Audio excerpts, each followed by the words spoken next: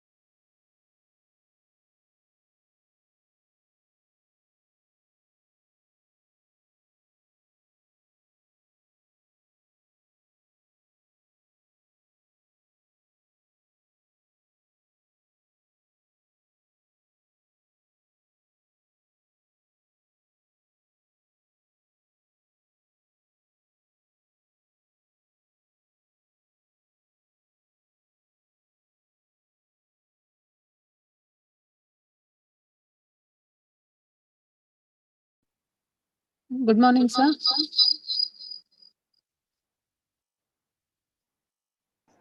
Morning, good morning.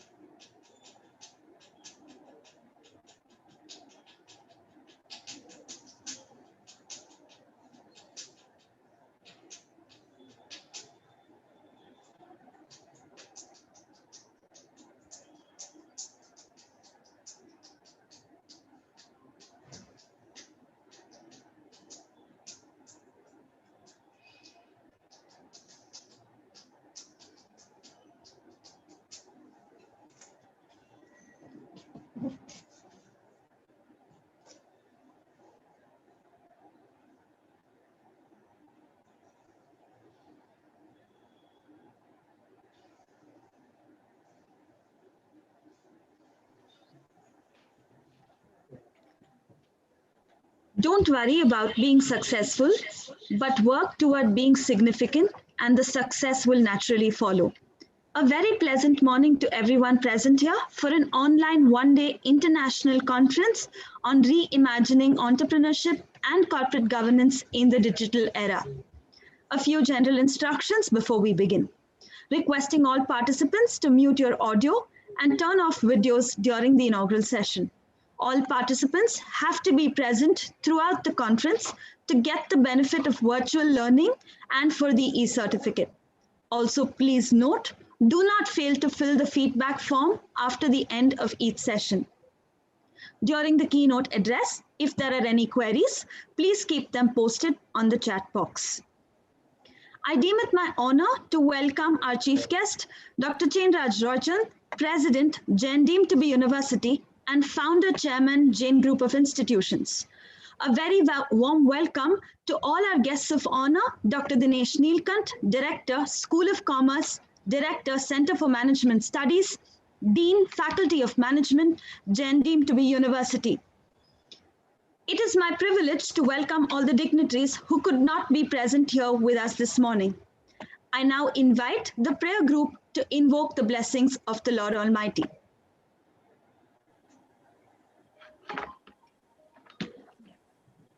Come.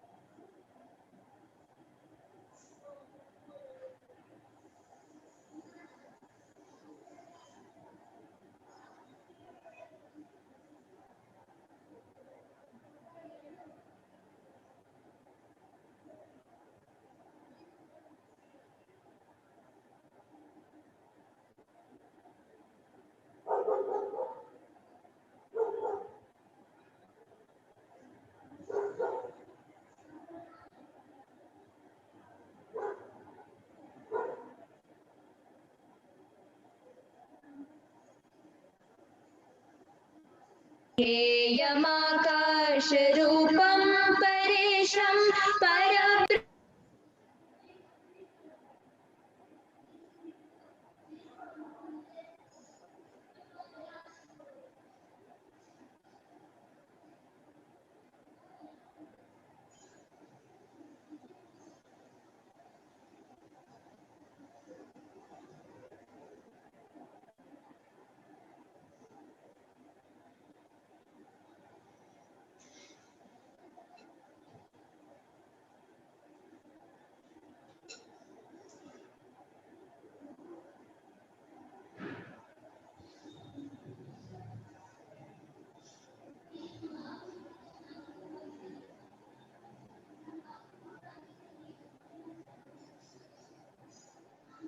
सुखादिं गुणेशं गण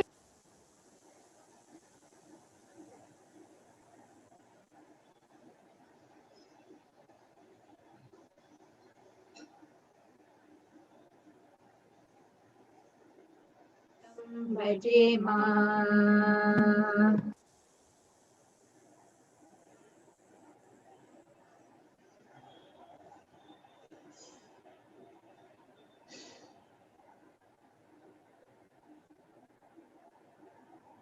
निर्गुणं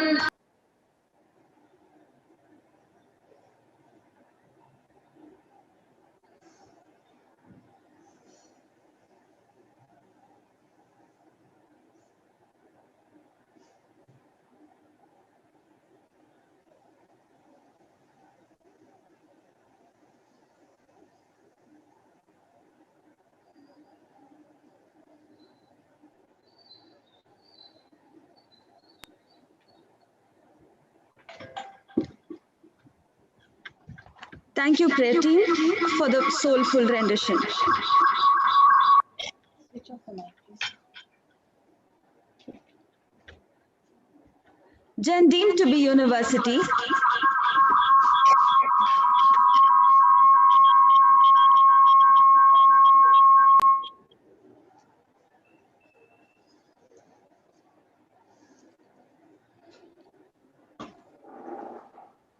Jen deemed to be university, an intellectual destination that draws inspired students from more than 38 countries to India's Silicon Valley, Bengaluru, has established with an aim to provide quality education and entrepreneurial development.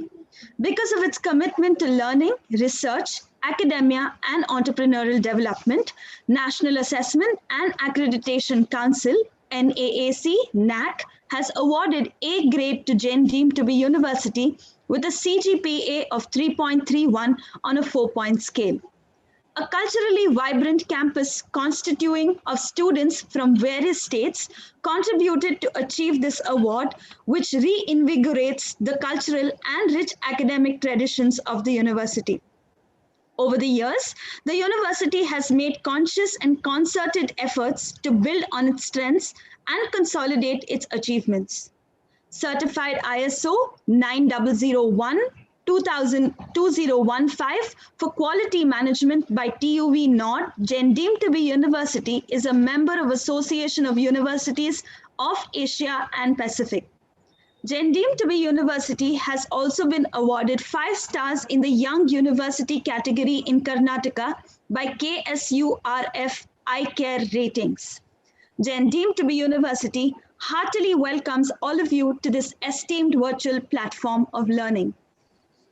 Now, to introduce the School of Commerce, Jen deemed to be university, empowerment of students, enhancement of values, and enrichment of academics and research has been the hallmark of the School of Commerce, Jen deemed to be university, for nearly 3 decades.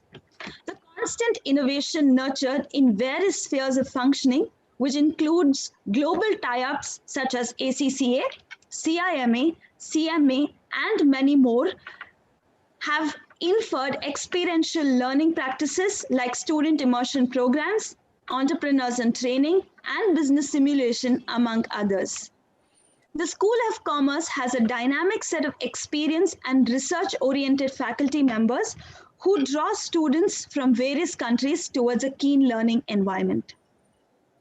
The Faculty Research Cell Samshodhana is an initiative of the School of Commerce, deemed to be university, and is aimed at enhancing research capacity of faculty and students to guide researchers in disseminating, publishing, and applying research outputs.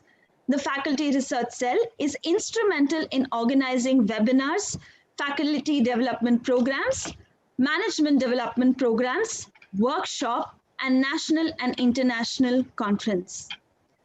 Emerging technology and a paradigm shift in the very concept of governance are fusing to disrupt both business and the society at large. The new normal, empowered by the accelerated pace of digitalization, is changing the business landscape and is impacting key strategies formulated by corporates at large. The pressing priority is to explore technology, entrepreneurial insights, latest trends in shaping the future of business, hone leadership skills, redefine governance strategies, and find innovative means to boost business in the digital era. In this context, the Faculty Research Cell Samshodhana, School of Commerce, deemed to be university, heartily welcomes all of you in organizing a virtual international conference on reimagining entrepreneurship and corporate governance in the digital era. Participants, please note, the order of the conference will be as follows. Inaugural address by the Director, Dr. Dinesh Neelkant. Address by the Vice Chancellor, Dr. Raj Singh. Keynote address, Mr. Alex McDougall. Panel discussion moderated by Dr. Rajdeep K. Manwani. Paper presentations and valedictory session. I now request Professor Yashaswini, Head, Department of English, to introduce Dr. Dinesh Neelkant, Director, School of Commerce, Director, Center for Management Studies, Dean, Faculty of Management, deemed to be university.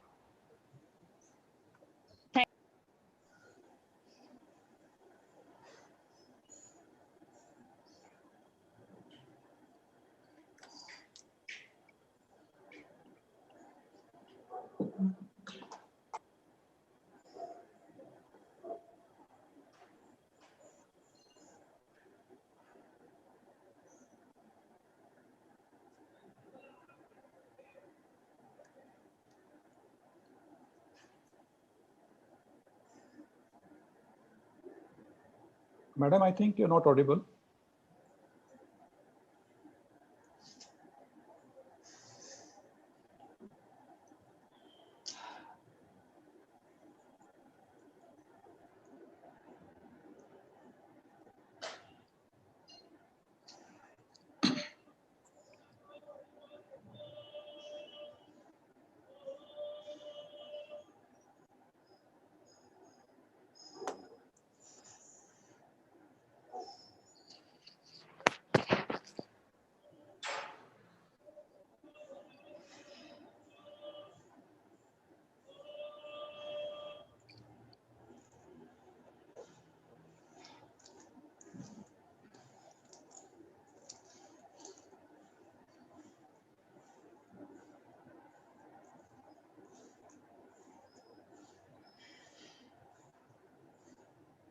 Dr. Yashaswini, can you check your audio, please? Yes, sir, we're doing that. Just a minute, please. Okay.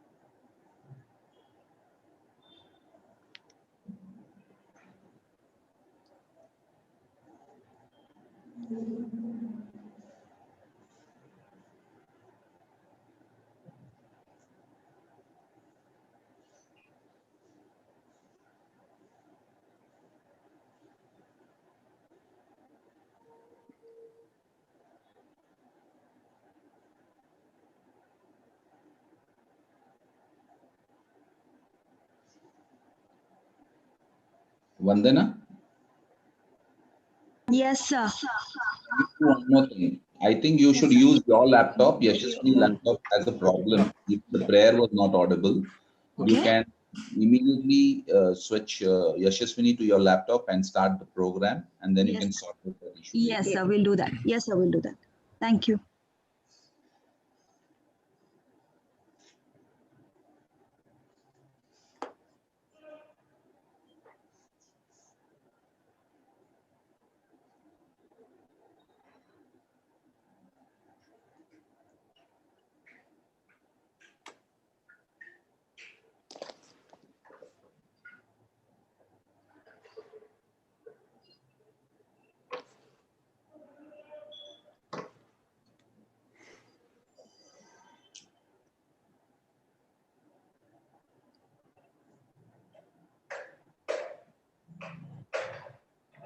Host is not allowing me to unmute. Okay. Sorry for the technical glitch. Okay. All right. I take immense pleasure in introducing the Director, School of Commerce, Director, Center for Management Studies, Jain deemed to be University, Dr. Dinesh Neelkant. Sir has a career spanning over 3 decades in the field of education with marketing management as his specialization. Sir has a consultancy expertise in marketing, strategy, and innovation. Sir has been the Director of Admissions, Jain deemed to be University. Under his leadership, the centers that he has headed have risen to the greater heights as his focus is on providing effective academic leadership roles to his faculty members. And it is no exaggeration that over the years, he has been a torchbearer to many students, astronomical in number. I now request Dr. Dinesh Neelkant to inaugurate the conference. Thank you, Yashaswini. Am I audible? Yes, sir. Yeah, okay. So thank you very much for that introduction. Okay.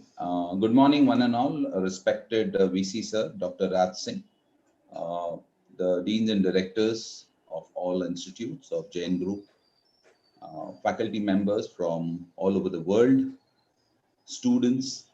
On behalf of Jain University School of Commerce, I welcome you all to this virtual international conference on reimagining entrepreneurship and corporate governance in the digital era. First, let us appreciate the efforts of the Faculty Research Cell, Samshodhana, for putting such a wonderful effort. I appreciate Dr. Smita, Dr. Nilima, Nasreen, Sheetal, Srinivas, and the emceeing team, and the students. All of you have put such a wonderful show, so thank you very much. The School of Commerce is really appreciating your work. Now, coming back to the point is your today's conference. I heard that you have got an immense response, so that's great. And we are going to learn from this conference that how people are thinking on entrepreneurship and corporate governance. So a lot of learning is going to happen. So that's really nice. Now, coming back to the topic of reimagining entrepreneurship. You all know that we have gone to a period where everything has got disrupted. Nevertheless, to say that entrepreneurship was an exception. So entrepreneurship also comes there. So at this point of time, it is very important for us to understand that we have to think differently if we have to succeed. So if you're not going to change your mindset, you're not going to change anything. So the first step towards this is that if you want to reimagining something, then the first step is to change the mindset. Now, coming back to the point, let us understand the background. So I say that this background is on this 90-9-1 rule. Now, what is this rule, what we are talking about? I read it somewhere. I'm just sharing with you. Now, 1% of the entire population of the world is in a millionaire club. 9% of them are trying to get into the 1% part. And trust me, 90% are not even bothered about it. Now, when I'm saying this, what I'm trying to tell you, the same setup of this ratio in percentage wise is going towards startups. 1% of the startups are successful. 9% of the startups are struggling and surviving. and 90% of them are totally flopped. Now, what are we trying to achieve with this? We have to learn two important things into this. That what is that 90% people did, and then what we can do to get into the 1%. So if we understand this, then the reimagining starts. The reimagining will not just start by saying that, okay, we will discuss about it and we will do about it. We have to actually think how to go about it. So one small thing which I can share here is that many of them ask that how to get into the mode of understanding the customers. Simple thing, you understand the gaps. You try to see that what is missing in your product and service, which you can give to the customers. And trust me, if you are going to add value to your product or service, definitely there is no competition. So this is where you find that you can reimagine. It's very, very simple. Simple things can be done to reimagine. It's not about, or you have to spend a lot of money on that, but you have a lot of thinking has to go. And that is why in the beginning, I said that you have to change your mindset. The same thing comes with the governance. When we are talking about corporate governance, we are talking about what? We are talking about multitasking. We are talking about that what in the less amount of resources we can achieve maximum. This is what we are looking into. So when we are going to find a solution for all this, we have started and getting into the mode of entrepreneurship, getting into the mode of reimagining. So this is what I wanted to share with all of you. And I think we will learn more from all the experts. And I'm very sure that it will be a fruitful experience for all of you. So thank you very much for giving me a chance and an opportunity to share my views with all the delegates. Thank you so much. Thank you.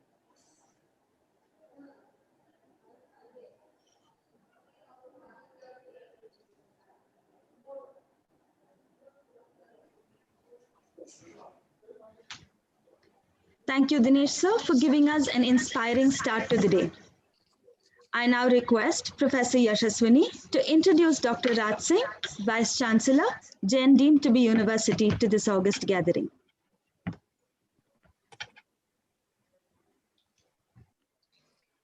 Thank you once again, Ms. Vandana.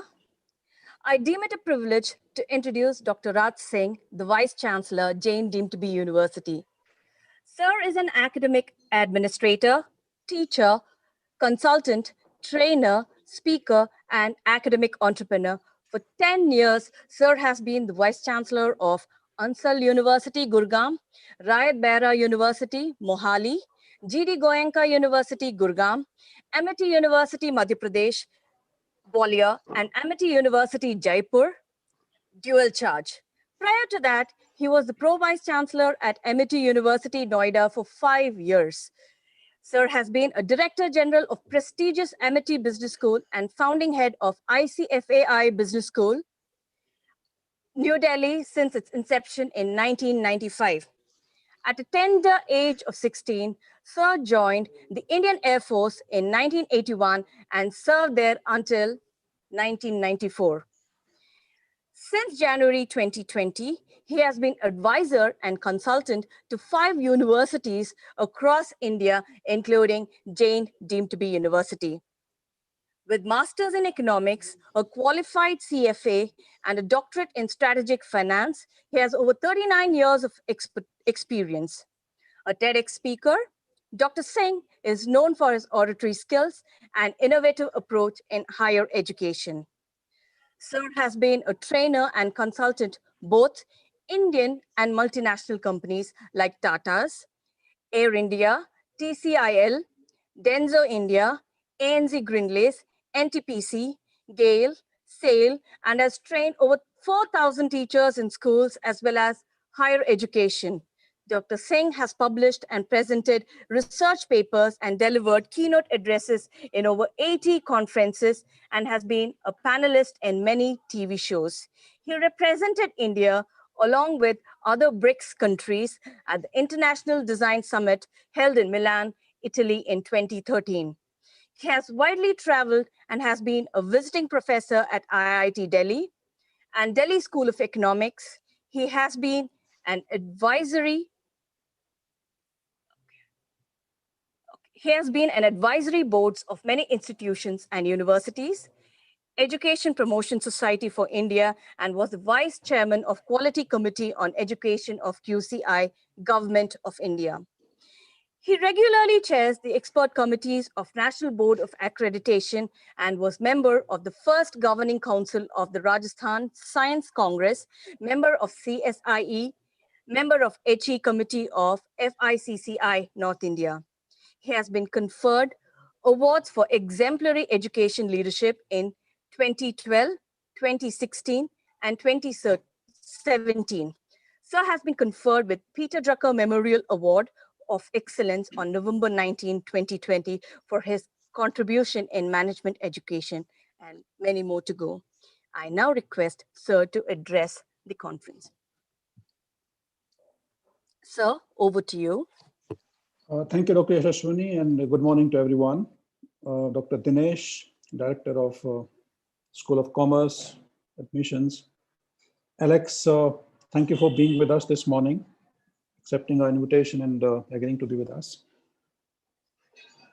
I, at the outset, congratulate Dr. Dinesh and the entire team of School of Commerce for putting together this conference on an extremely contemporary and important topic, which is linking corporate governance, entrepreneurship, and digital age. I don't know what should I start with first, because all are so interlinked.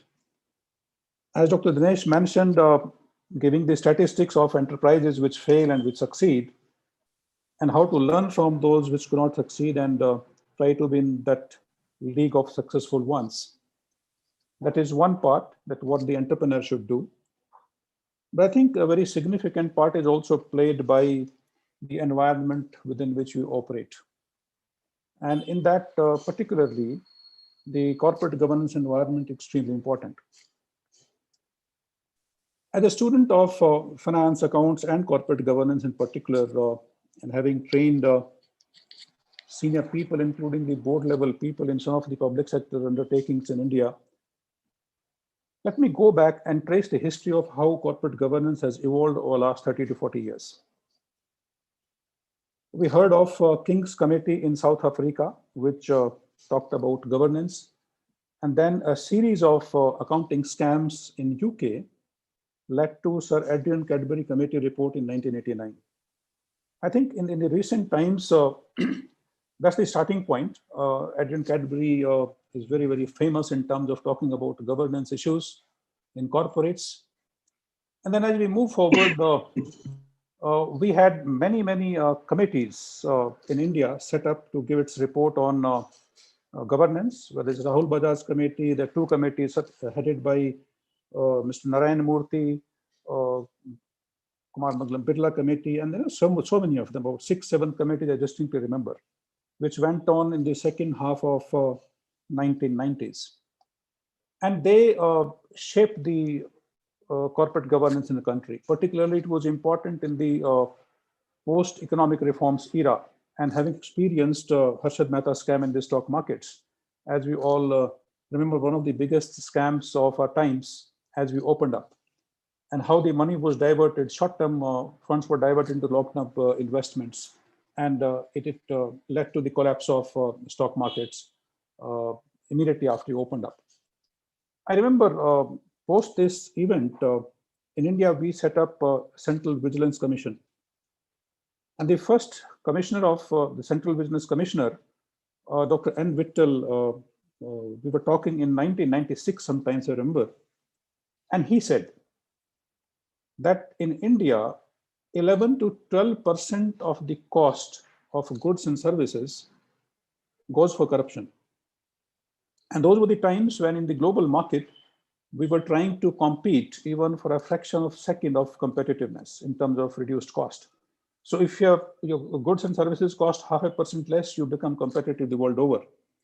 And he says, what if we can, out of this 12%, we can somehow remove 2%, or we can win the world in terms of international trade and become very, very competitive, because in many areas, we're already very, very competitive.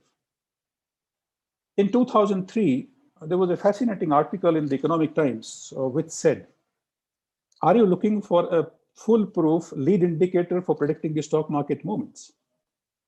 And the article said, look at the list of countries in order of the corruption they have.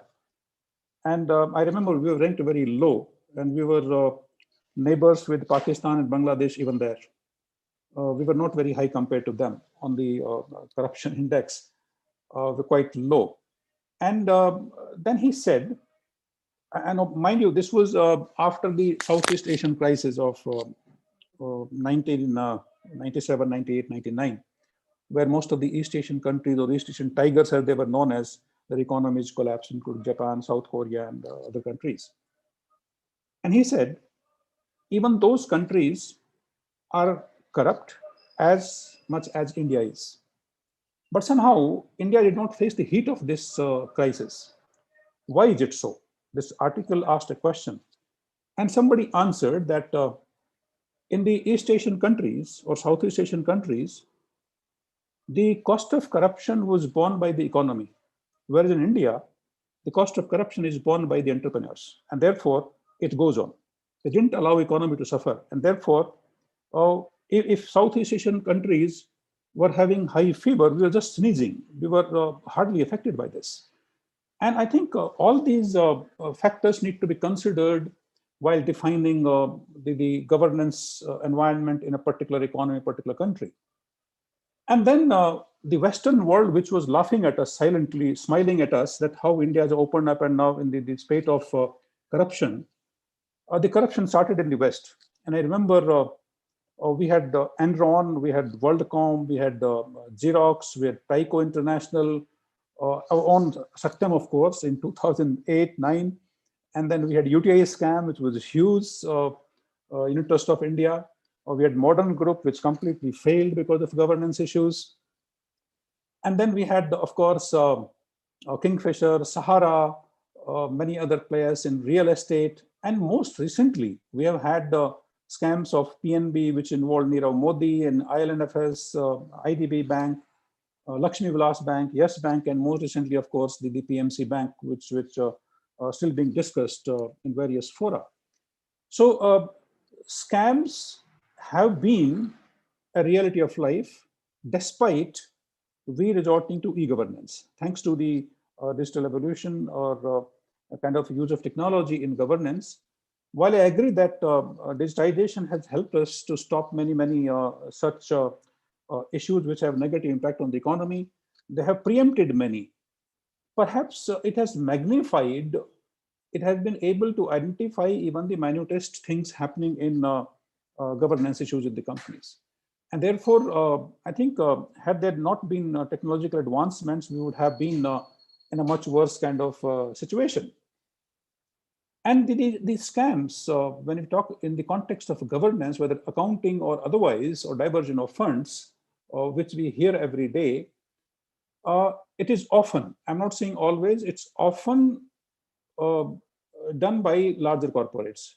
But the sufferers are often the small entrepreneurs who are just beginning to enter this kind of arena. And therefore, funds are either diverted or not available to those who need it the most.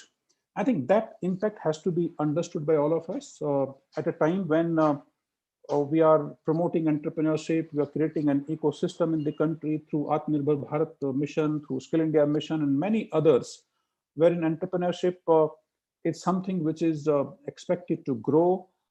In recent times, we have seen that how innovation helped us to develop vaccine. We had a great expectation from our scientists, and they proved to be there with their presence and their innovations. I think that needs to be encouraged more and more. And if we do that, I think the governance, corporate governance in particular, has to be sound, which includes basically two components.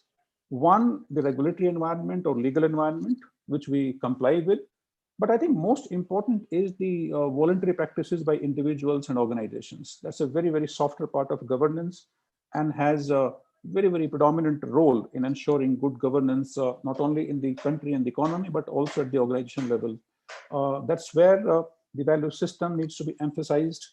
Also, I think what Dr. Dinesh mentioned, I'll take 30 seconds in that. Today, we need to also exploit this huge potential of entrepreneurship as envisaged by Dr. C.K. Prahlad in his book, Fortune at the Bottom of Pyramid, who says that about 2/3 population of the world lives below $2 per day. And then there are, of course, levels of $2, $1.5 and below. And these people have essentially in them an entrepreneurial spirit, which was also echoed by Professor Muhammad Yunus, the Nobel Prize winner from Bangladesh, who developed the concept of microfinancing, helping these people with small amount of money and triggering that entrepreneurial spirit. And then our own Dr. Amartya Sen also talked about that the well-being of economy is not known by the income of the people, but the capabilities they have. So if one looks at these three concepts and comes out with some kind of concepts which can lead to better development of entrepreneurship or ecosystem in the country, I think we'll be able to achieve what our government aims to achieve, our economy aims to achieve, and then we will find a rightful place in the global landscape of business and economics. It is in this context also that I think this conference is very, very contemporary, and I'm sure the deliberations throughout the conference will lead to some very concrete solutions being suggested, concrete recommendations to be made that how this ecosystem could be encouraged further, particularly involving academic institutions and our students, whom the country looks at as we move into the future. So congratulations, Dr. Dinesh and your team once again. I wish the conference a great success. Thank you, and God bless you. Thank you for having me. Thank you. Thank you, sir, for setting the tone for the day and for giving us an insight on entrepreneurship and governance. Thank you. Participants, please note, the conference proceedings will be emailed to you along with the conference certificate. The keynote address for this conference is on virtual excellence and harnessing power of innovations in entrepreneurial ventures. Requesting Professor Yashaswini to introduce our speaker, Mr. Alex McDougall, 3IQ Managing Director, co-founder of Bicameral Ventures, Greater Toronto Area, Canada. Thank you, Ms. Vandana, once again. I feel honored to introduce the keynote speaker of the International Conference on Reimagining Entrepreneurship and Corporate Governance in Digital Era, Alex McDougall. 3IQ Managing Director is a seasoned investor, speaker, and advisor specializing throughout the full cycle of companies from early stage to multinational institutions. Starting his career as an investment banker at the Bank of Montreal, Canada, Mr. McDougall led multiple projects and teams across BMO capital markets, including fintech, M&A, and financial institutions. Mr. McDougall helped lead the charge on several of capital markets' early blockchain and fintech initiatives and was recognized as a leader within the investment bank. McDougall left BMO in early 2018 to co-found Bicameral Ventures, a platform focused on interconnected investing and building a portfolio of highly complementary projects working towards bringing new technology paradigms into reality. Bicameral's themes generally include blockchain, interoperability, data and identity self-sovereignty, personalized AI, and Web 3.0. McDougall joined the 3IQ team in 2021 as the Managing Director, Portfolio Management. Mr. McDougall has spoken at CES, Consensus, Burning Man Virtual, World CryptoCon, and Coin Agenda, as well as written for CoinDesk, Toronto Star, and numerous other publications. Mr. McDougall is also writing a Git book titled The Lizard and the Machine, Scaling Humanity in a Machine Speed World, which can be founded at www.lizardandmachine.com. On this note, I now request Mr. Alex McDougall to deliver the keynote address. Thank you, Ms. Vandana. Thank you, everyone. Thank you for the kind introduction. It's a pleasure to be here. It's a pleasure to be here. Excellent. Thank you so much for the wonderful introduction, and thank you for having me. I really appreciate it. Sorry to interrupt. Sir. All right, sir. Yes. Am I okay? All right. No, appreciate everybody having me. It's the middle of the night here in Canada, so it's great to see all the smiling faces and fresh as you guys get started on the conference. And to echo the notes that have been said so far, this is an absolutely critical time to be thinking about the engine that drives the next phase of the world, entrepreneurship. And as dry as it can be, how we organize and how we put in place the foundations and the institutions that set the rules in place for how we govern and how we create and how we manage and how we grow those institutions is equally as critical as the next greatest idea and the greatest idea after that, and how we grow and scale those and make money. And so this is a really fascinating time, and it's not often that we get such a watershed, needle off the record, absolute paradigm shift that happens all at once and without really a slow increment of market forces. And the global pandemic has literally been that. It's taken the digital transformation of corporations 10 years out into the future, and people needed to do it in 3 weeks.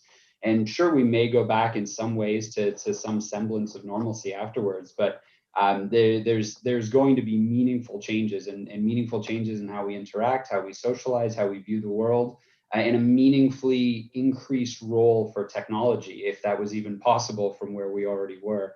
So I'm going to go through a presentation today that takes a little bit of a different view on how we think about entrepreneurship. And I want to actually go a step even further back and just how we think about organization, how we think about humans, and how we think about mapping all of those things together. So I'm going to share my screen here.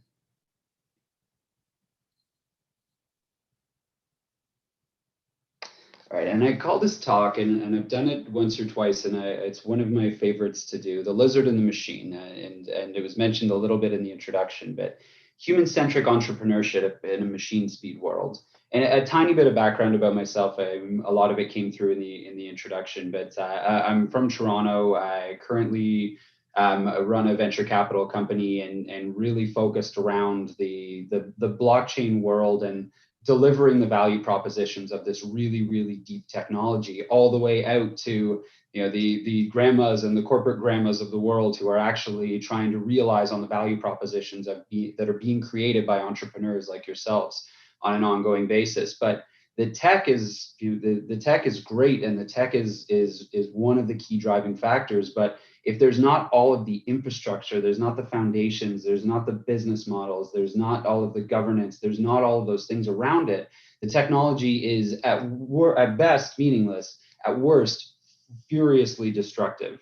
And that's really one of the things I want to get into today is organizing tech and figuring out the best ways to optimize it and creating these targeted entrepreneurial solutions that don't just work to solve one niche problem and one addressable market, but really some of the fundamental issues that are plaguing our society today and have been really intensified with the latest major digital evolution that's gone forward. So one of my favorite quotes that I think sets this up perfectly is, "The real danger is that humanity has Paleolithic emotions, medieval institutions, and godlike technology." And it emphasizes this break that we've been developing for years, but has really exacerbated in the last 10 years, and then really in the last year or so. And basically, we as humans are not that different from the creatures that roamed the savannah thousands and thousands of years ago. We've spent a ton of time trying to evolve and trying to figure out ways to make ourselves better and smarter and override those initial lizard instincts and those initial instincts that govern us. And I'll cycle back on that in a moment, but we're essentially operating in these institutions that have their roots in medieval times. So the nation and city states, the idea of organized entrepreneurial or organized corporations or organized companies, organized the way we have essentially organized ourselves into societies is really, really quite ancient. And then layered on top of all of that, with these old ancient foundations, we've layered this technology that now operates at a speed that we no longer can process individually or processed within our institutions. And so we have this recipe for basically any sort of fracture or things that we used to be able to wipe through with some basic human ingenuity. We now have the machines and the algorithms to really exploit those fractures and cracks in the actual foundations of what we've built.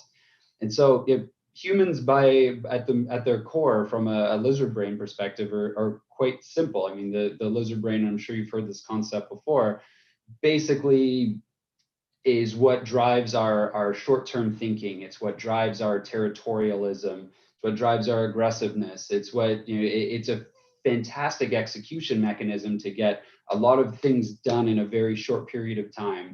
We're constantly looking for dopamine hits. We're really challenged to think longer term and think broader than ourselves.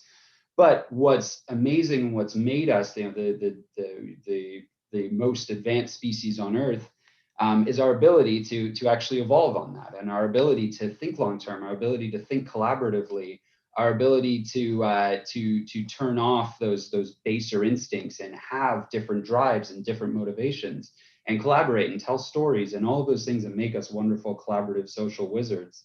And what it comes down to is we have this machinery within us that executes on all of these instructions, our nerves, our synapses.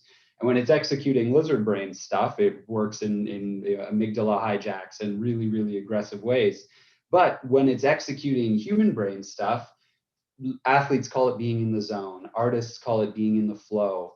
It's this feeling of effortless completion and effortless success towards things that aren't just these base instincts. And it's really sort of the ultimate desire that we've been trying to create and trying to move ourselves towards.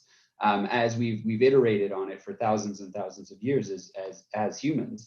And so as individuals, we have this lizard brain programming that's basically our base instincts. And we have this human brain side that's really where we try and override those and do things that are better for each other, take a worse outcome for ourselves in order to make somebody else happier because it's good, it's the right thing to do, it's the right moral thing to do. All of these things that aren't necessarily tangible to us, but have some intangible impact that we're trying to solve. And then we have this machinery that basically executes on whatever brain is in dominant mode at that time. And that's basically how we sort of go through our life in society. And what's really interesting about humans is that we're obviously social creatures. So individually, we're often wonderful collaborative social wizards, but you get enough of us together and we tend to end up reverting to the mean and end up in this lizard brain mode. And you get exactly what you incent in the most tangible way. So when you organize people in the millions and billions, you generally get exactly what you incent. And so the system design of how you organize people is incredibly important and incredibly fractured and really, really challenging to do. So basically, the lizard brain sets the instinct, the human brain tries to override it, and then our internal machinery basically executes whatever's left. So the lizard brain only wants to eat and be safe. I mentioned this a minute ago, that the lizard brain isn't complicated. You poke a lizard with a stick, it's going to act big and look scary. If you show a modern human a picture of a terrorist attack or a video of a terrorist attack, they're going to want to close the borders and tighten up on individual liberties. You show a lizard a group of strong lizards and a group of weak lizards, is going to join the strong lizards to eat the weak. You throw a human a group of cool people drinking beer A and a group of weirdos drinking beer B, they're going to go and buy beer A. You show a lizard an opportunity to eat more food or an opportunity to give more away, they're going to go and eat more food. You show a human the same opportunity of making more money or giving more away, by and large, you're going to get that tangible outcome of exactly what you're incenting on that side. But what makes us manipulatable, and when we're in lizard brain mode, we are, because it's so simple, we're pretty easy to manipulate. And for years, it's been relatively simple forms of manipulation. It's been posters, it's been ads, it's been billboards, it's been yellow journalism, it's been propaganda, but it's all been static, and it's basically needed to be organized for the masses because the distribution channels needed to be so wide. So it's not tailored, it's not dynamic, it's not specific to you, it's static. You can see why you're seeing it, you know how you got to see that. And basically, it's been wildly effective anyways, even though it plays on our basis instinct. It's advertising 101. And that's sort of the way we've organized and the way we've done business for ages and ages and ages. But we layer on this godlike technology that we have today, and basically Google, Facebook, Amazon, Netflix have created these digital paradises that are effectively designed and tailor-made to keep us in digital lizard mode at all times. We have these incredible worlds where we never need to see news that we don't agree with. We can get our dopamine hits by liking things. We can buy stuff at a click of a button. We can be dickheads anonymously to people behind pseudonymity of social media platforms. And we can basically never need to click on and engage our human brain mode, and basically end up in this perfectly wonderfully tailored digital world. And even worse of dealing with how we've sort of built our digital world today, we no longer can see the edges of it. I mean, especially in pandemic mode, where we literally are online 24 hours a day. We don't know who we're interacting with. We don't know the context of why we're seeing certain things. We can't see the edges of it. We don't know what the algorithm is that's showing us certain things. And so basically we're being in this digital lizard mode, and because we're the most profitable pieces and the most profitable resources to that corporation, or to the people who are creating this digital experience for us. And the modern platform's business model is basically around making us as saleable and manipulatable as possible. And that really is the underpinning of our entire digital experience. I mean, we don't pay for anything because we are the product. Our attention is the product. Our data is the product. And when we see ads now, they're tailored exactly for us and directly for us, using a ton of data that's been capitalized for us. And why do our corporations do this? Are they evil monoliths? Are they are they out to destroy the world, or out to do something bad? Absolutely not. They are basically, this is the corporate version of our lizard brain. And so, as Douglas Adams puts it, to react with revulsion to the lizard's behavior is to make the mistake of applying criteria that are only appropriate to the business of being human. Our corporations are basically doing what we program them to do. We've given them this instinct of profit maximization, and we've given them this instinct of the maximization of shareholder value. And so when we have this idea of eating and being safe as our overarching fundamental raison d'etre, when we're in lizard brain mode, the eating and being safe for a corporation is maximizing shareholder value. They'll take the dopamine of short-term share prices and really take the most aggressive action to do that one thing that is their overriding instinct and their overriding reason for existing. And what is a human brain mode for a corporation? I mean, we don't have the words necessarily to talk about it from a human perspective. We've spent thousands and thousands of hours, religion, philosophy, to try and express what makes us different, and what makes us a better operator, and what makes us a higher goal, or the meaning of being a human. We've just begun to scratch the surface on it from a corporate perspective. Venture philanthropy, monetizing externalities, carbon market pricing, B corporations, impact investing, CSR, social IRR. They're all cool experiments. They're all basically an early stage way of doing this, but none of them are scalable. None of them are really inclusive, and none of them are really ways that we can organize a machine speed world in a macro perspective. And a lot of what I talk about, and a lot of what I'm going to run through in this presentation, is that with where we're at with technology today, we don't have the luxury of really noodling over the deeper problems in life. And we can do that individually, we can do that in groups, we can do that in even semi-large groups. But in order to scale millions and billions of people, things need to be calculable at a machine speed scale. And that gets really, really, really challenging.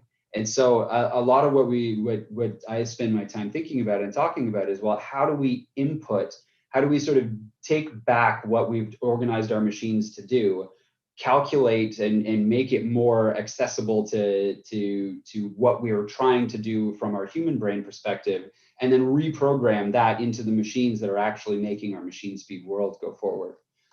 So basically, when we think about it from a corporation perspective, to continue mapping on that model, our lizard brain is maximizing profit, maximizing share price.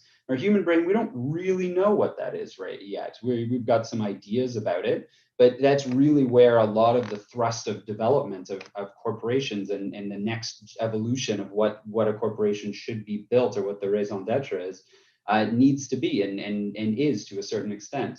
And then the machinery, like our nerves and synapses that actually execute on all of that, is the business processes and the technology.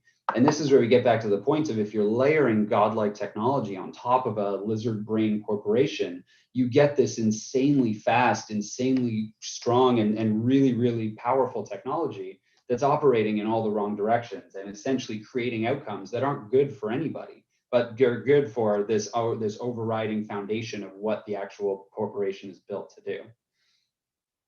And so corporations can't override their lizard brain like humans. We have a bunch of techniques that we've worked on for a long time to be able to think bigger, to be able to think broader. And a lot of it is really, really challenging to do from a corporate perspective. So a machine's even more blameless, more sinless than an animal. There's no intent whatsoever but our own. We can't blame the technology. The technology is not any of the challenges or any of the rationale for why we're experiencing some of these challenges today. It's why we programmed it that way and how we programmed it that way. And a lot of a lot of the rationale behind this comes down to the shareholder value maximization thesis, which is, you know, the best that we've got and the best that we've created. And it essentially came out of managers not wanting to manage their own companies anymore and trying to put in place governance mechanisms to say, okay, well, what is a good manager? A good manager is a good environmental steward, good reputation, good at managing customer satisfaction. They make money, they manage employee well-being. And people who are trying to not manage their own companies anymore said, oh, how do I measure all of that stuff? I might as well just manage it myself. So they said, well, if my customers are satisfied, they're going to buy more stuff. I'm going to make money. If my employees are happy, my turnover will be lower. They'll be more productive. I'm going to make more money. If my community's happy with me, then I'll become the go-to spot in the community. I'm going to make more money. If my reputation's good, I'm going to make more money. If I'm a bad environmental steward, the world's going to blow up and nobody's going to make any money. So in the end, this whole idea of what is a good manager, out of necessity, effectively, and out of a proxy, boiled down to, you know, money became a proxy for good. So a good manager, by all of these permutations and combinations of logic, was the manager who made the most money, therefore maximized the shareholder value. And that worked for a long time. And especially in a world where there's humans interspersed throughout an entire business process, that works really relatively well. It was designed to be a proxy and it worked quite well. But if you have I'm sorry to use a very stylized example here, but if you have or you can burn down an orphanage and earn $1 million, or you can build an orphanage and earn $999,999, a human manager making that decision is going to be like, well, technically that's $1 more, but obviously this is the right answer. And again, stupid example to prove a point. But a machine making that decision says, oh, I'm burning that orphanage down every second of every day, because it's only programmed for that one outcome. And then it's connected. So it broadcasts that out to all of the other connected machines to this landscape. And essentially you have this learned behavior of doing the one thing that it's programmed for extremely efficiently and extremely well. So the proxy of good equaling money breaks when you start getting this incredible technology, and when you start ratcheting out humans and human circuit breakers and people within these business processes. And the other thing where it breaks is the time frames and the time horizons. Over the long term, all of those equivalencies hold true. Over the long term, if we're bad environmental stewards, we will lose money. Over the long term, if we build mediocre products, our customers will be less satisfied. But we built the mechanisms around us to reward managers and to reward the governance, or to reward the leaders of these companies in the very short term. And the world's not getting slower. The world is not getting more long-term thinking. The world is getting faster and shorter term. And so this good equals money equivalency has been absolutely tortured and is, in my view, completely broken. So in the world where we are upgrading our corporate lizards execution machinery to this godlike technology, money no longer equals good. And so where does this fit within the overall structure and the overall hierarchy? And Godzilla, the biggest lizard of them all, he's not good or bad, he's just him, which is a wonderful quote I found on Quora in response to this question when I Googled it at first. And basically, I think about this as what's the government's role in organizing all of this, and what's the government's role in setting the playing field? And at the risk of again being somewhat simplistic on this, I mean, the government is a collective action maximizing machine. There is something that they are trying to build the best of for the country. There is some amount of that that's being created by corporations. There's some amount of that that's being created by not-for-profits and other entities and other stakeholders in the country. And basically the government's role is to say, okay, well, I'm trying to build the most of this. So I've got to take some from over here. I've got to stimulate here. I've got to press this policy button. I've got to create that law. I've got to tilt the regulatory table this way, all with the aim of optimizing for this whole. And what is that whole? What are they optimizing for? Is it life expectancy? Is it individual wealth, which would essentially make them a giant corporation? Is it GDP? Is it jobs? Is it utility? Is it liberty? Is it, hopefully not, votes for the party in power, but that's how it's organized a fair amount of the time? Is it connectivity? What are governments? What is the government human brain that is actually being tried to be optimized for? And it's a really interesting way to think about it, because if humans are trying to operate on human brain mode, governments are essentially trying to do that at scale. Like, you don't generally see a government say, hey, we're trying to make the most money possible. There's some level of desire to have your population be wealthy and sustainable and happy. But generally, governments are trying to optimize for more of these esoteric things. But if corporations are bad at it, governments are even worse at it, and they have worse technology to do it and worse institutions to undertake it. And so we end up with this situation where we don't really know what their lizard brain instinct is. We don't really know what their human brain instinct is. And we have these really mediocre institutions and machinery to actually execute on it. And so we end up in this situation where we don't really have a good unifying vision of what's managing the playing field that these corporations and not-for-profits and individuals are sitting within. And so we end up in a situation where, again, the corporations who have a significant amount more drive and vision and clarity into what they are doing, because they are very well programmed to do one thing and have the perfect technology to do it, essentially are able to leapfrog past this overall collective action maximizing machine, because it doesn't have that same drive, and it doesn't have that same clarity of vision, and it doesn't have the same execution tools. And so we essentially have this stack that I think about. I'm a technologist, so I always think in stacks. But we have the individuals, the corporate lizards, who are effectively creating the world that the individuals are living and interacting with. And theoretically, this government setting body on top that is, it's not doing its job of collective action or collective well-being maximization. And so as we move forward in all of this stuff, I want to talk about this as a hopeful presentation as well, and really think about this of how, as entrepreneurs, we can start looking into this framework of, we don't just need to solve one problem. Everything is always interconnected. We have this incredible framework and this incredible machinery to be able to scale things incredibly quickly. And one of the things that always gives me the most heart is that I truly believe that the human brain outcomes create better outcomes overall. And if you can create a excellent delivery vehicle, a great user experience, a great user interface, and essentially position with the right technology on par with these existing solutions, you can create overnight, effectively, a better way to interact, a better data paradigm, a better privacy world, more transparency, more creation of the user data flow within the value creation paradigm for data. I think you can do all of that in a very short order because of this infrastructure and because of this technology that we've built out.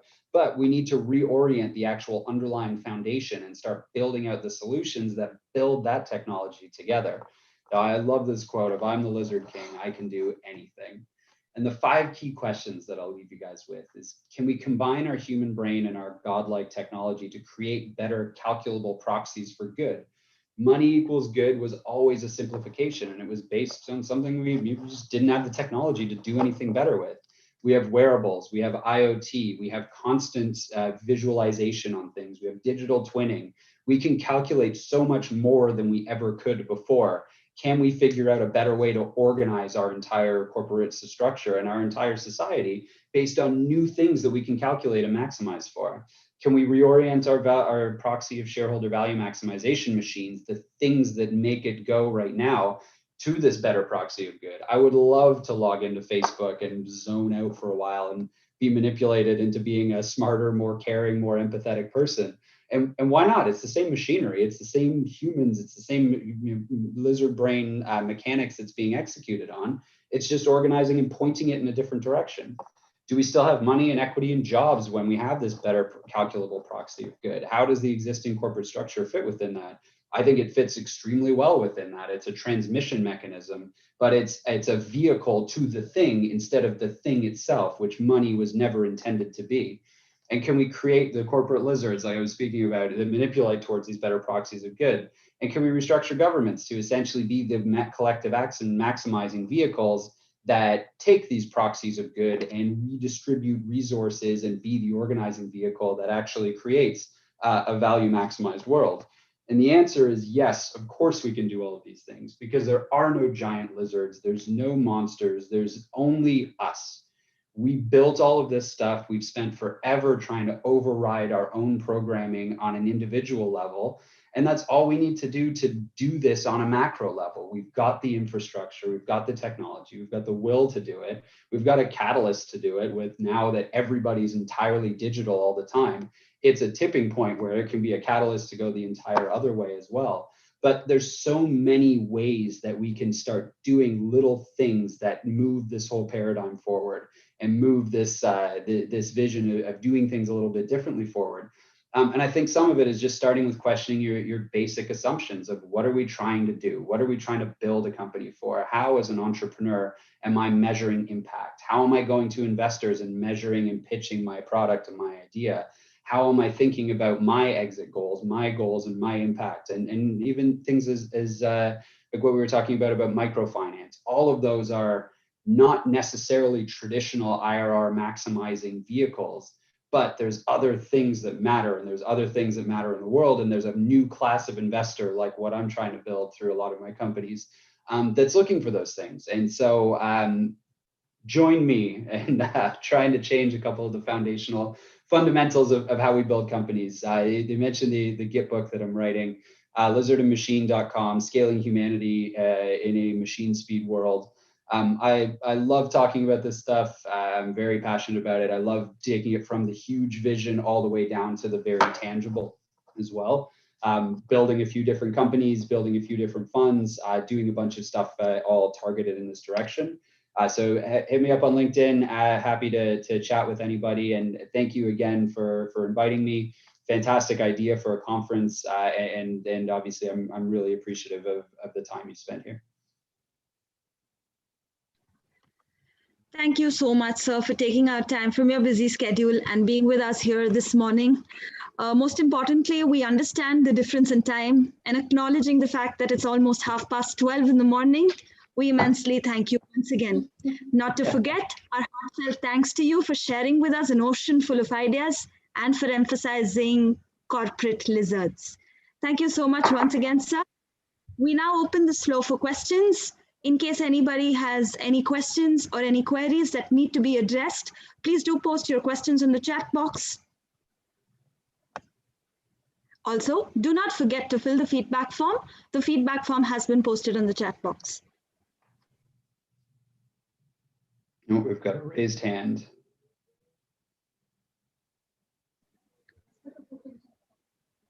Shikha ma'am, you can post your query on the chat box.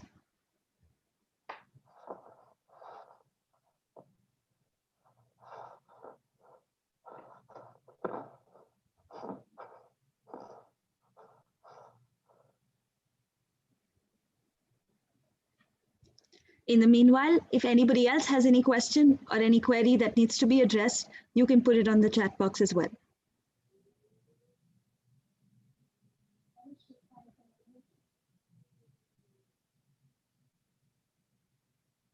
Shikha ma'am, if you're here and you want us to unmute yourself.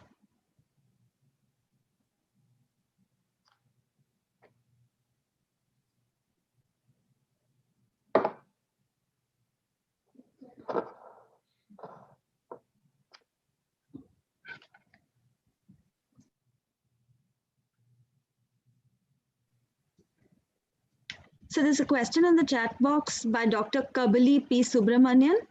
He asks you about the Canadian startup ecosystem.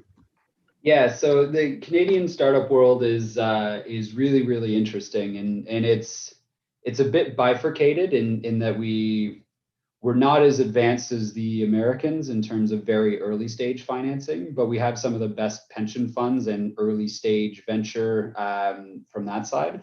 So if you can get yourself into Series A and Series B, there is oceans of funding available for you, but actually getting off the ground in the angel and seed round, it's a little bit of a dearth. Fantastic. AI in Waterloo is a really advanced ecosystem there. The blockchain world in Toronto is fantastic. There's a lot of resource tech that exists out in Alberta and a ton in Vancouver as well in the mining space. So it's diversified. I mean, Canada is geographically enormous. So there's a lot of different things that are targeted in different places for resources. Insurance tech in Montreal as well. But I think, especially in virtual world, we have a wonderful connective fabric that goes through some of the national organizations like CBCA, and so we have a really strong startup ecosystem, and I wish we were better, and this is one of the roles that I'm aiming to fill in the very early stage. But we have a fantastic support system for scaling and growing companies, as much as we do lose a bunch to the States as well. But really good place to build a business. Would highly recommend.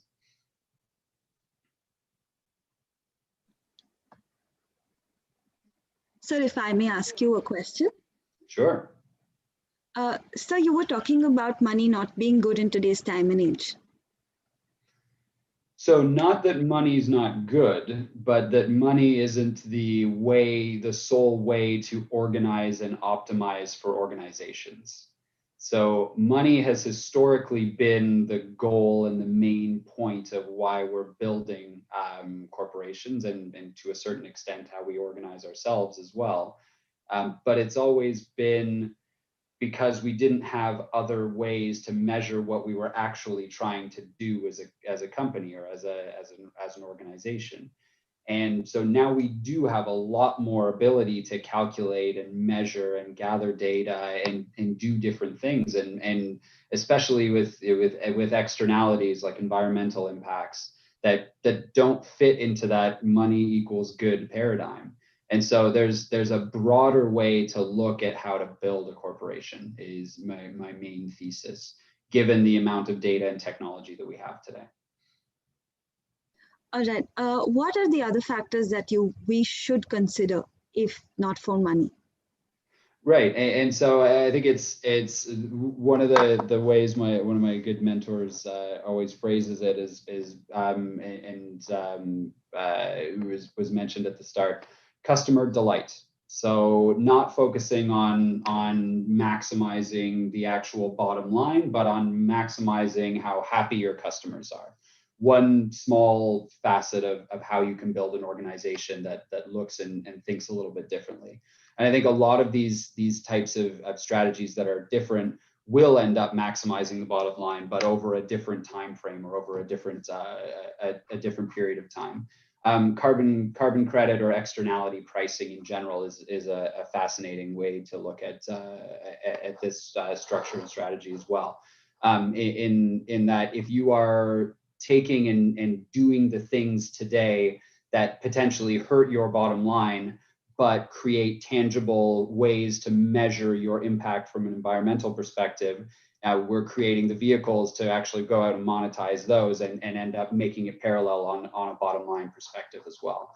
And so just ways of thinking differently about creating the shareholder value maximization paradigm is a great start. One of the projects that we've been working on is essentially creating a mountain maximization score for a mountain in Thailand, Mae Wang, which is basically a combination of metrics from AI, from satellite imagery, from IoT on the ground, from local communities, and basically it's a health of the mountain score.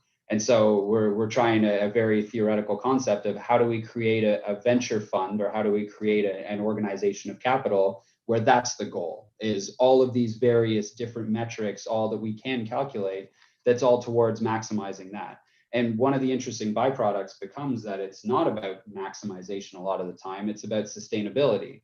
And so when something becomes too big, then that's not really healthy either. There's extra resources that are in there that could be going somewhere else and doing something different.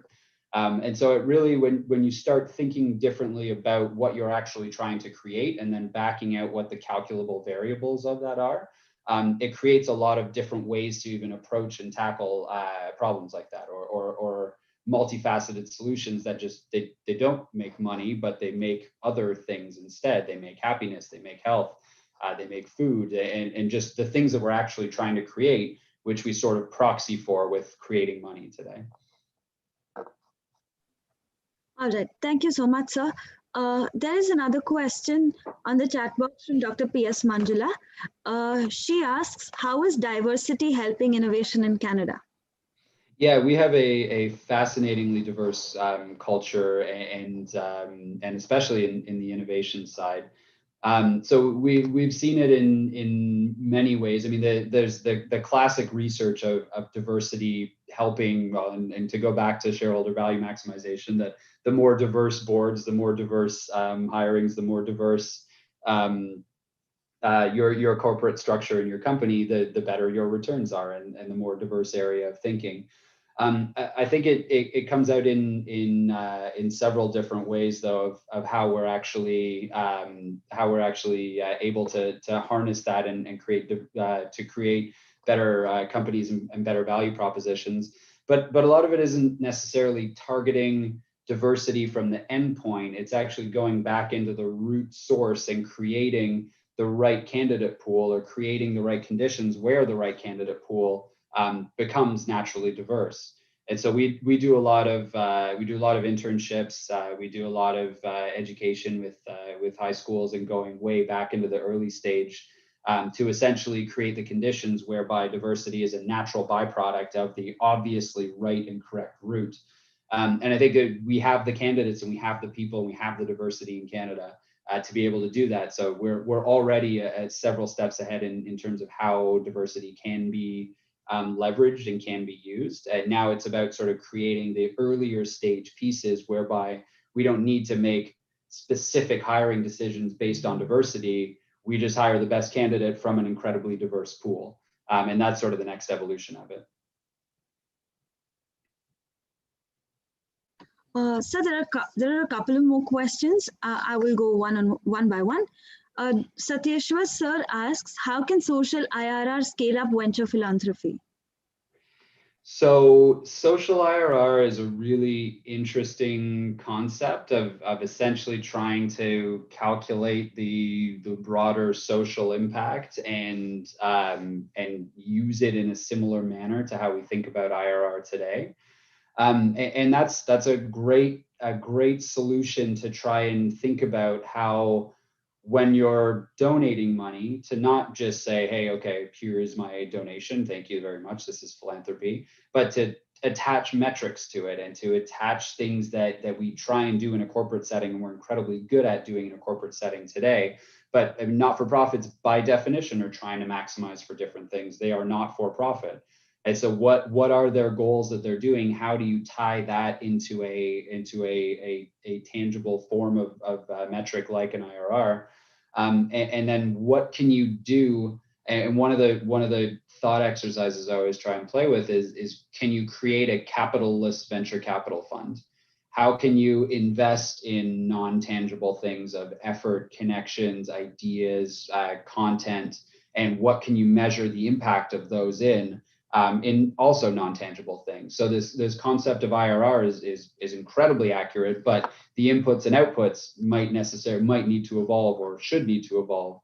And social IRR in venture philanthropy is a super fledgling concept, but it's a really interesting way to think about it. All right. I'll just, there are a couple of more questions, sir, but I will just ask you one. Anila ma'am asks, what are your expectations from graduating students from universities who want to be a part of your ecosystem? What efforts should the academia put to understand to be actively participative in your system? So great question. And I think that one of my favorite parts about education is when it's done, and sorry, I'm not going to say it properly, when it's done thoughtfully, you're not learning a thing, you're learning a framework. So when I learn economics, I'm not learning specifically about the supply and demand that governs one particular economy in this one example. I'm learning generally a way to think about the world and a way to understand what is happening and try and make models and simplify a crazy complex world. And basically every part of education is that to a certain extent. You're not learning a thing, you're learning a mental model.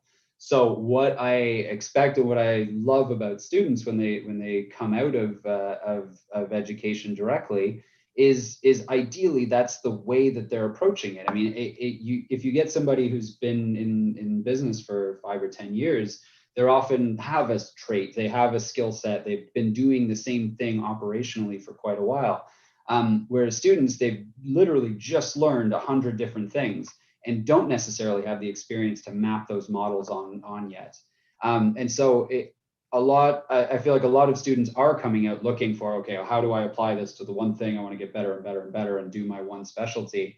But what I love about students who come out, especially with the entrepreneurial mindset, is they come at it with a polymathic approach of, I now know 15 different things and I can solve a whole bunch of different problems in a way that hasn't necessarily been thought about before in this specific area, because I can apply an economics landscape to it, I can apply an operations landscape to it. But you're not learning that thing, you're learning frameworks. And if you can think in frameworks instead of in specifics, then you're much farther ahead. Because I love frameworks. What we're building is all about reimagining frameworks at a more in-depth level. Blockchain in general is all about incentives and rewiring incentive systems. So the more, and it's at such a foundational level that any sort of frameworks map on top of it extremely nicely. But it requires a lot of I don't know if deprogramming, but different programming, I suppose. And that's really what I love about students is the openness to be willing to think about things differently, and the optimism, which I think is probably the biggest part. All right. Thank you so much, sir. One last question, please, because Sure. we have a panel discussion beginning at 11 a.m. Jair Solanki asks, how do you see the role of social business as developing and act on the basis of human brain? Social businesses here are referred to as the focus point of social problems and not profit maximization. Yeah, great point and great question. And that's really one of the fundamental cruxes of this. We spend so much time thinking about ourselves as humans and what are we trying to do? What's the meaning of our time here? What makes us happy? How do we introspect on what makes us a moral or good person?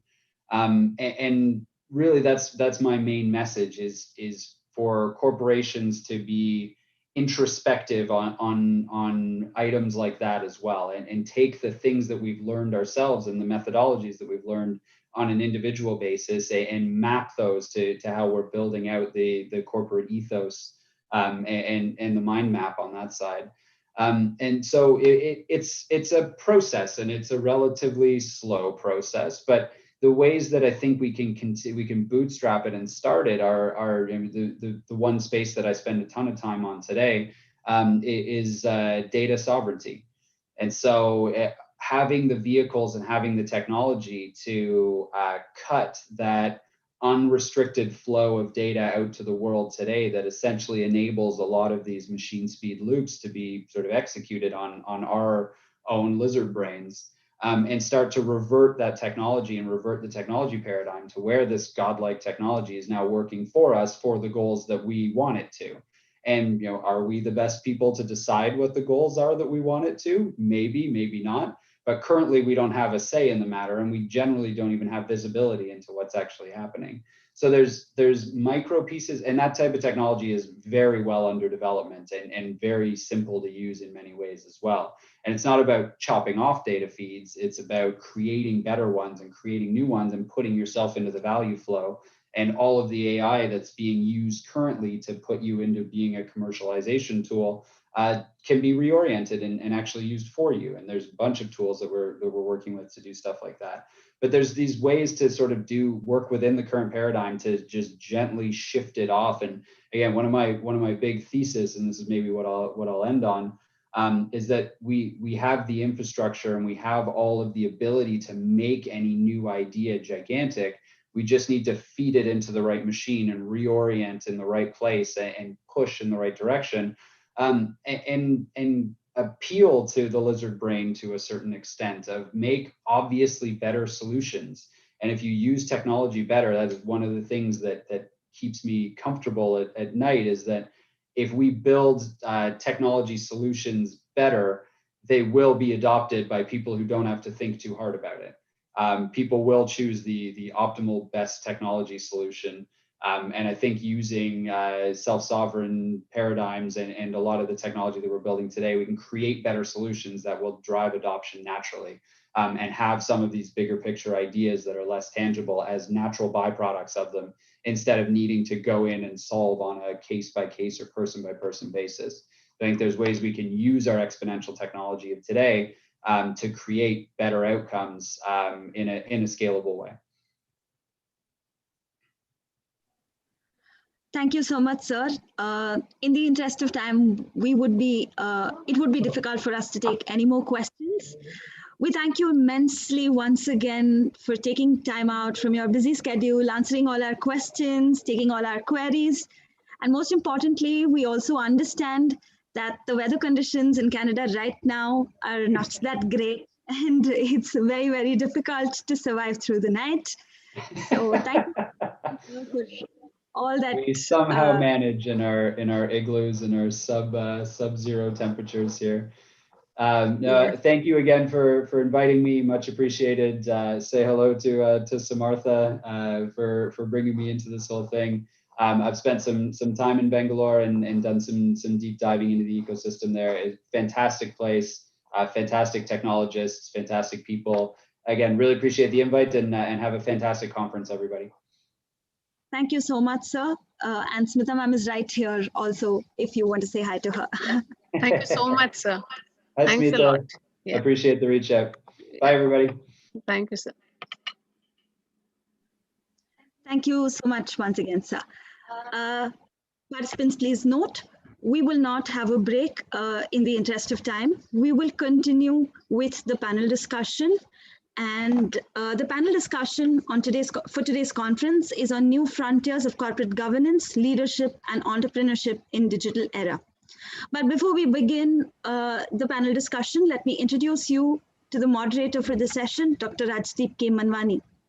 Sir is an academician, trainer, motivational speaker, life coach, counselor, social change agent, and a quiz master par excellence, both by training and by choice. He is working as a professor and coordinator in the Department of Commerce at Jain deemed to be University, postgraduate and a PhD, having completed his MCom, MBA, and MPhil, and also a doctorate in commerce on the topic Strategic Evaluation of Training in Commercial Banks. He secured the gold medal for topping both MCom and MPhil examinations in Mysore University. He is the recipient of the National Award as Role Model for Empowerment of Persons with Disability from the Honorable President of India in December 2013. He is also the recipient of the Special Award given by the Chief Minister of Karnataka in the year 2011 and the State Award for Excellence given by the Government of Karnataka in the year 2015. An eloquent speaker, he has won several debates and was adjudged the best speaker in the International Tape Speech Competition held by Toastmasters International in 2008. He holds the record of being adjudged the best impromptu speaker for 5 years in India and Sri Lanka for the years 2008, 2009, 2010, 2012, and 2015. He also received the Rotary Award for Vocational Services in Education, the Extraordinary Pathfinder Award by Rotary International, the Positive Health Hero Award given by Dr. Batra's Clinic and Bajaj Auto, and the GCS Foundation of Transformational Leadership Innovative Teaching Award in May 2018, and the Guru Shrestha Award in 2019. He has been awarded the Distinguished Toastmaster, the highest award in Toastmasters International. He has been a featured TEDx speaker and has hosted several training programs, given motivational speeches, and held management talk shows on radio. He is a regular speaker to the senior management and leadership of several companies like Bosch, Wipro, HP, and Intel, and is a part of the elite panel of speakers for several leadership management forums. He is keenly involved as a facilitator of several disability organizations at Bangalore and has helped in training, mentoring, and placing several students with disability in organizations and careers of their choice. He has paved the way for accessibility in several corporate campuses and has also worked extensively with social organizations like Snehadeep, CAPS Foundation, Enable India, and Mitra Jyoti by creating a barrier-free physical, emotional, and social environment for persons with disability to thrive and express their potential. He believes in engaging, energizing, and empowering individuals who are facing any form of discrimination and helps them face the world with confidence and courage. He has also done workshops on humor, public speaking, inspiration, and inclusion in several colleges and companies. Let us all welcome Dr. Rajdeep K. Manwani. Over to you, sir.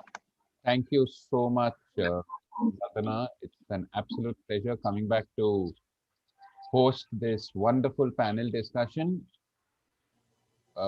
Just to tell you that if there's a speck of dust, if you see it with the ordinary eye, nobody can see it. But when you see it with a magnifying glass, it looks a little larger.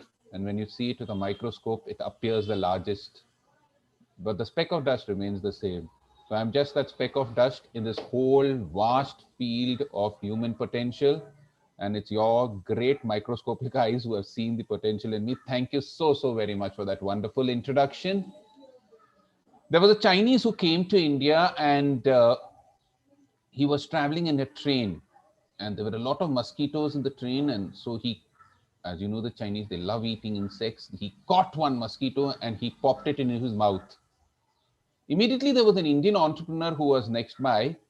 He caught another mosquito and he handed it over to the Chinese and said, "This is for 5 rupees." That's the potential of Indian entrepreneurship. You find entrepreneurs everywhere. I was looking at the status of the startup ecosystem in India, the HexGen report published just 2 days back. It says that there are over 55,000 startups and entrepreneurship organizations in India, out of which 38,000 are registered, while the others are not. And India has received over 450,000 crores of investment in the last 5.5 years. The ecosystem has thrived even during the pandemic. In the last year, from January 1st to December 31st, 2020, we had around 7,500 crores, 10.34 billion pumped into the Indian startup ecosystem. And the deals have gone up by 20%. So with this, there's a famous saying in Bangalore that if you throw a stone, it'll either hit a dog or an engineer. Now the famous saying is you'll either hit a dog, engineer, or a startup entrepreneur. In this scenario, are these entrepreneurs keeping up to the corporate governance? I remember when I was, before I started teaching, I was working with an entrepreneur called M.K. Birmani in Sivananda Electronics, who used to actually deal with metal detectors and door frame metal detectors. And we had achieved a record sale. I was a part of the sales team and he had got a new Mercedes Benz. So as I was standing with him outside the office, the Mercedes Benz and his driver came up and he said, "Rajdeep, you know, if you work as hard as you worked last year for the sales team, I can buy another Mercedes Benz in the next year." I thought he's going to tell me. But are the entrepreneurs actually fulfilling their duties of corporate governance? What is the leadership required? So let's explore these frontiers of leadership, entrepreneurship, and corporate governance in the new digital era, and for which we have an expert panel of 4 very, very eminent personalities. First on, we have an individual who's a unique phenomenon in himself. He has leadership in 3 different roles. He has been a leader in business. He has been the CXO of several business organizations. He has leadership in society. He's headed several academic institutions. And he's also a part of the government. He has been a part and he's assisted the union government in several ways. And now he's heading the BJP's economic forum in India and is also a very, very proud IIM alumnus. He's done his doctoral program there. A person with remarkable skills as a societal change agent, a government entrepreneur, as well as a person who believes in business. Please welcome with a big round of applause, Dr. Sameer Kagalkar.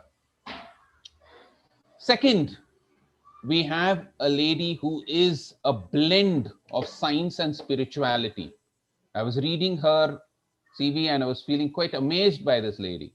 She is the co-founder and CEO of vCrare Technologies Private Limited. She has bootstrapped as an entrepreneur 2 startups who have raised more than $7 million in the last 7 years. She's also done a lot of work on organizational behavior. She's completed her master's in spirituality and philosophy from the Madurai University, a very, very great social service. She's worked as a Corona warrior, an individual with remarkable facets, an entrepreneur, a technology geek, a spirituality geek, as well as a technology expert. Please welcome with a big round of applause, Mrs. Veena Samarth.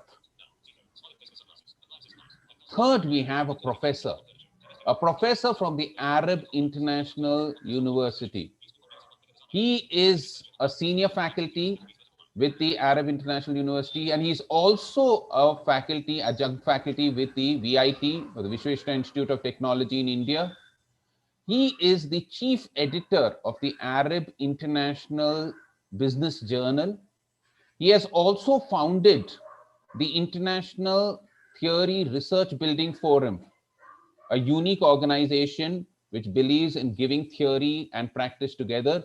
He consults with the government of Oman in the digital transformation of education. He has trained over 1,000 entrepreneurs and overzealous learner. He's just completed a course in Columbia Business School and MIT. He has done various workshops and helped startups over a huge period of time. Please welcome with a big round of applause, Dr. Kabali Subramaniam.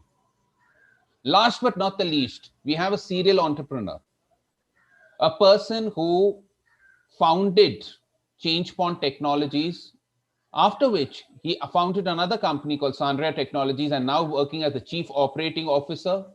He also consults with the JSS Technical University in Mysore. He believes in the startup ecosystem. He has mentored hundreds of people start their own technology startups. Before this, he worked with Ramco, Wipro, Dell, and achieved great results for them as their director. So please, with a big round of applause, welcome Mr. J.P. Shivakumaraswamy.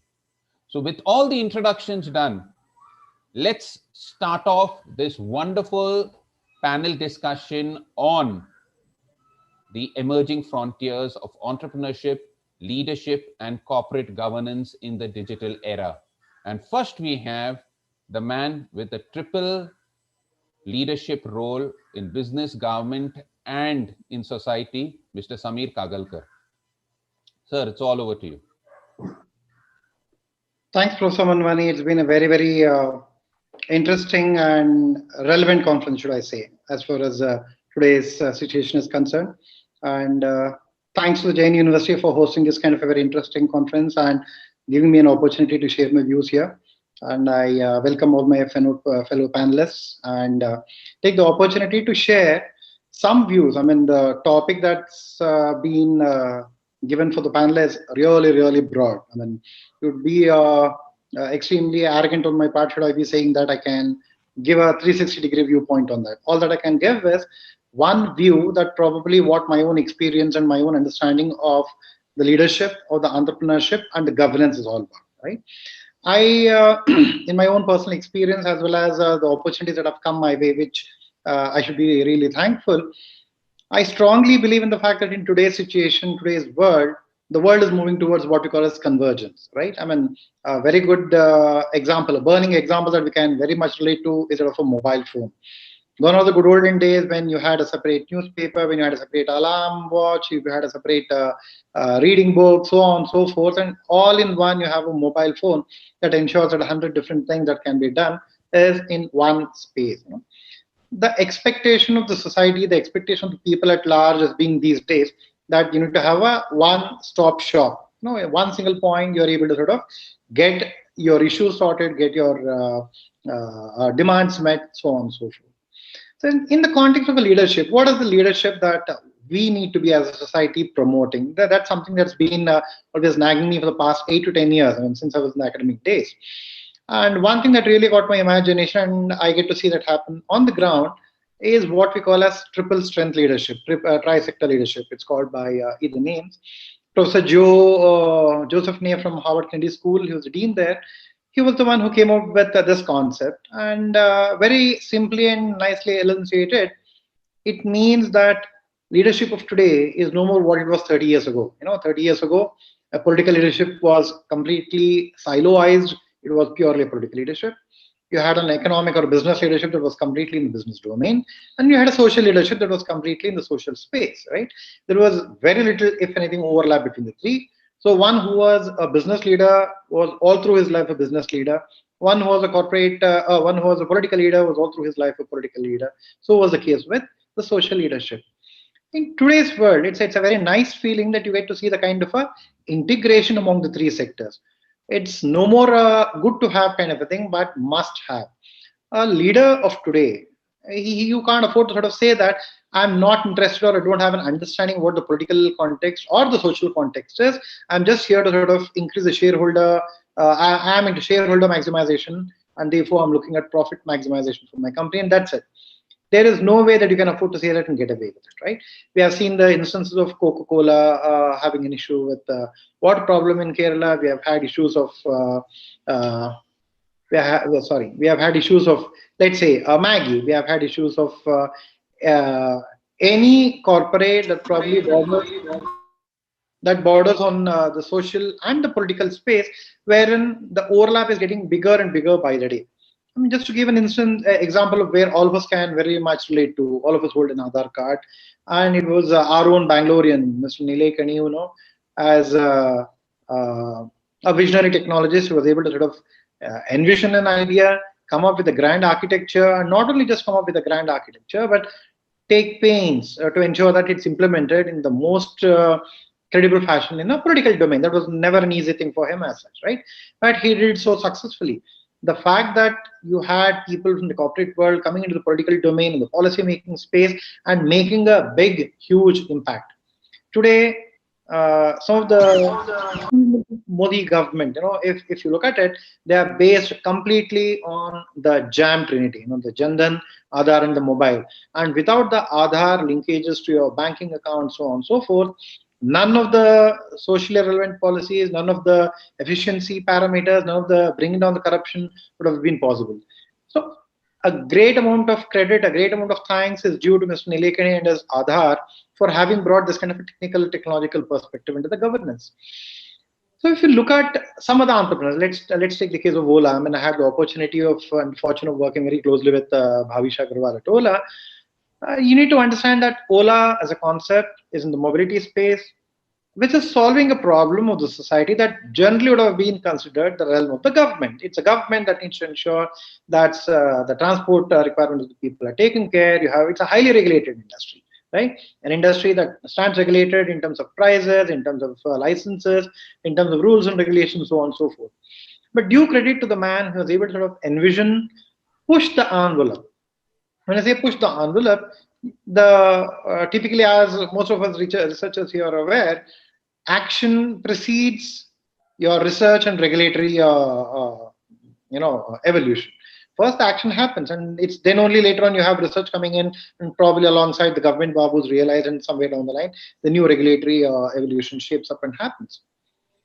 When Ola as a idea, as an entity started, it is an entity that created a new category altogether within the existing regulatory thing, but pushing the envelope too much. So much so that today, in 2019, the government of India came up with an amendment to the Motor Vehicles Act and made Ola or similar platforms, aggregators like that, a separate category altogether, bringing them a new legal definition and a credibility and a categorization that will enable growth of an industry. So all these things, why I'm trying to, I probably should give one more example from how the government has benefited from, let's say, understanding the technology and management. The government of India came up with a policy called Jan Aushadhi. It was in 2008, Dr. Manmohan Singh came up with this idea. A very beautiful idea that meant to sort of bring in generics, top quality generic medicines under one window, and that distributed across to the poor people so that they are able to sort of save on their out-of-pocket expenses, which is generally a very, very big hit on the poor people. Idea-wise, it was absolutely big, absolutely great. All that you had to sort of bring into the table was your understanding of the managerial process, bring in your understanding of the supply chain, bring in your understanding of the negotiation power with the generic makers, use your regulatory power to some extent, so that you are able to put across a situation, put across a structure wherein you can offer a top-class generic medicine at probably up to even 90% less than the branded market price. I personally had the opportunity of working very closely in this ministry for about 3 years, worked very closely with the CEO himself and the minister. And we were able to sustainably, when I say sustainably, it means that without taking any grants or aid from the government, on a commercial basis, we were able to sort of sustain ourselves, notwithstanding these kinds of deep discounts. So all that it means is, I mean, just to sort of put across the thing, the CEO that I work with at Jan Aushadhi, though he's an IRS officer, in his previous avatar, he worked very closely with big name corporates in a bank and an NBFC. So his understanding of corporate was very high. His understanding of the regulatory things was good.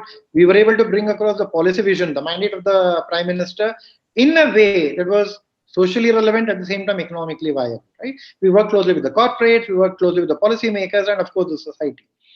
The point that I'm trying to bring across here is one thing. Therefore, the leadership of today and definitely of the future is one of triple strength leadership. Whether you like it, whether you call it by that name, whether you give it a title or not, the fact that leadership is not just about restricted to one particular domain. You have a person like Dr. Kiran Mazumdar-Shah, right? A person who is an entrepreneur herself, a person who has a very strong understanding of what policy and politics should be, and a person who is into the social space and the education space. She was the first probably woman chairperson of IIM Bangalore. So all that I'm trying to bring across the point is, this is no more going to be an exception, this is going to be the norm. You have a person like Azim Premji, who is not only a big entrepreneur, but into the social space and through his the social investment arm, as well as the Azim Premji University, in such a massive way that it's unthinkable for any government entity to be doing. All that it brings, these things brings us to one question. What is the kind of a research that we as researchers should be probably looking at? You know, the intersection, the convergence, the interplay, this is what probably brings out the nuances and the insights, right? I mean, what otherwise would have taken you 20 years, thanks to Nilekani's Aadhaar, we were able to probably do it in 2 years. I mean, this is something that needs to be well researched for the simple reason that this acts as a precedent and acts as a future architecture for government policies, so on and so forth.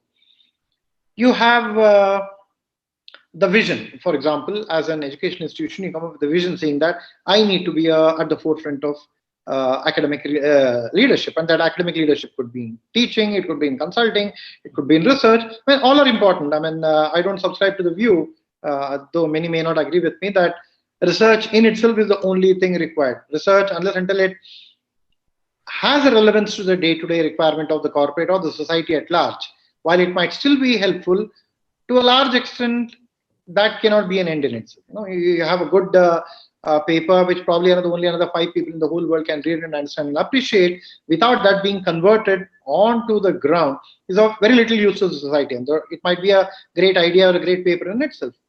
So in which case, what is the kind of a relationship that we are looking at the corporates? We are talking of corporate governance, for example, right? And therefore, given that there is a synergy of the 3 domains, what's the kind of a governance that we look at? What's the kind of a research that we need to be looking at? One thing that comes to my mind during my academic days as well as the industry days is, it's completely the responsibility of the researcher to sort of shamelessly, I use the word in a very positive way, shamelessly chase the corporate in terms of getting data. I have a very good example and an instance to share. Junior of mine from IIM Bangalore, way junior, but nevertheless, doing his fellowship, he was instantly working on in the operations area, trying to sort of understand the algorithms which could be socially beneficial in terms of shared mobility. And believe it or not, he chases literally for about 3 to 4 months to have his paper presented before the senior executives of the company to get an industry perspective. I mean, typically it's nice to have a academic paper being discussed in academic conferences and then come back with the views there and build up on your literature, so on and so forth. But he did, and rightly so, was that he sat with the industry executives, presented his paper. He didn't ask for any input. Whatever input that he had to get was available to him publicly, and whatever could not be shared anyway, which way wouldn't have been shared with him. But he was able to sort of discuss his paper, come across his viewpoints, and probably take the industry inputs, making it much more robust at level 1 and level 2, act as a feeder point for the corporate as well. So this kind of engagement, what I would feel is probably the need of the hour.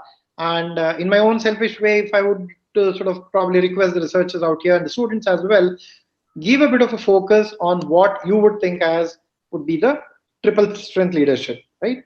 So this broadly speaks about what the domain, the emerging domain of leadership would be. Speaking a very bit about the governance aspect of it, I strongly believe, as would many of the people out here, the sunlight is the best disinfectant, right? So if you are, when in doubt, disclose. That's been probably some of the corporate leaders like Narayana Murthy repeatedly say. And the best way to do that is using technology. I mean, good governance is a requirement not only in the corporates, not only in the startups, not only in the government space, but the kind of a work that anyone would do should be empowered probably to sort of make that happen more. And how do you do it? I mean, without a digital support, without a digital thing, I'll give one instance. We're talking of governance, we are talking of giving benefits to the poor and the needy. You have a huge number, I mean, probably around the range of about 18 to 22% of ghost beneficiaries, right? People who never exist but probably get the benefits, which obviously is a big pilferage, it's a big leakage. How do you deal with it? It's once again technology that comes into play. Therefore, if you're talking of data collection, of course, that has its own nuances. I don't want to get into that as of now, the data privacy, so on and so forth.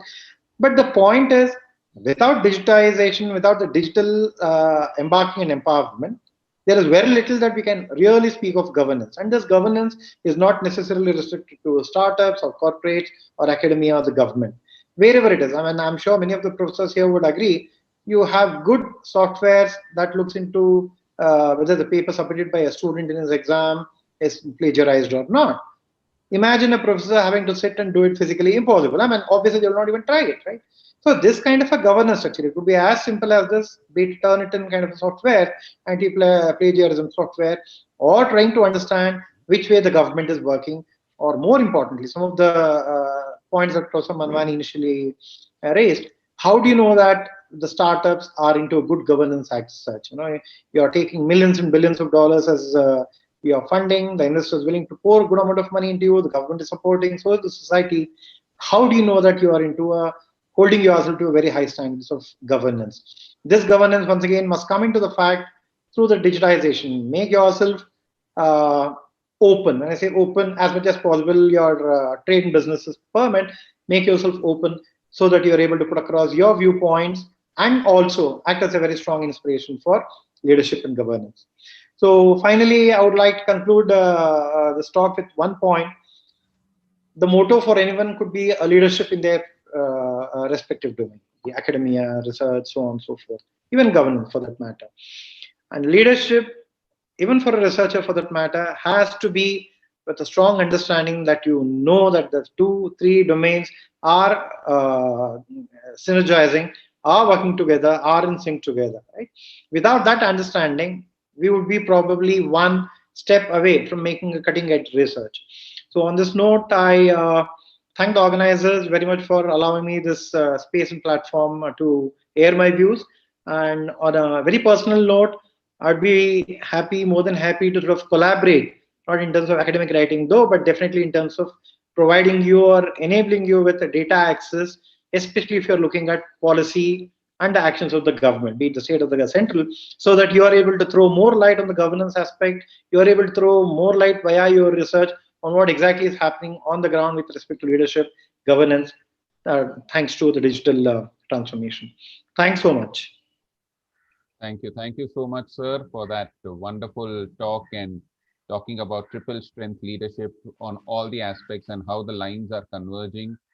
Leadership is making people feel that they are a part of the organization or a part of whatever they do. It reminds me of the Indian World Cup win, which happened on 2nd April 2011 when India won the World Cup. And the entire Indian team was on the ground and they were taking their victory lap and they were waiting for their captain, Mahendra Singh Dhoni, so that they could carry him and take him around the entire stadium, but he wasn't visible. So the Indian cricket team saw the most senior player on the ground, that was Sachin Tendulkar, and they took them on him on the shoulders and they ran the victory lap. One of the press reporters was a little confused as to where did this Mahendra Singh Dhoni go? And she sneaked into the Indian dressing room and she found Dhoni sitting there. And she asked him, you should be on the ground. They're doing a victory lap. They're carrying Sachin Tendulkar on the shoulders. You should be carrying around. And Dhoni said something very beautiful. He said that for me, I have many more World Cups to play. But for Sachin Paji, it was the last World Cup. I deliberately came in so that the spotlight comes to him. So leadership is not doing it yourself, but shifting the spotlight to somebody else. As you so beautifully said, you can get in life whatever you want if you help enough other people get what they want. So talking about leadership, entrepreneurship, we go on to another very, very seasoned entrepreneur, Mrs. Veena Samarth. So I'll ask you to take over the stage, ma'am, please.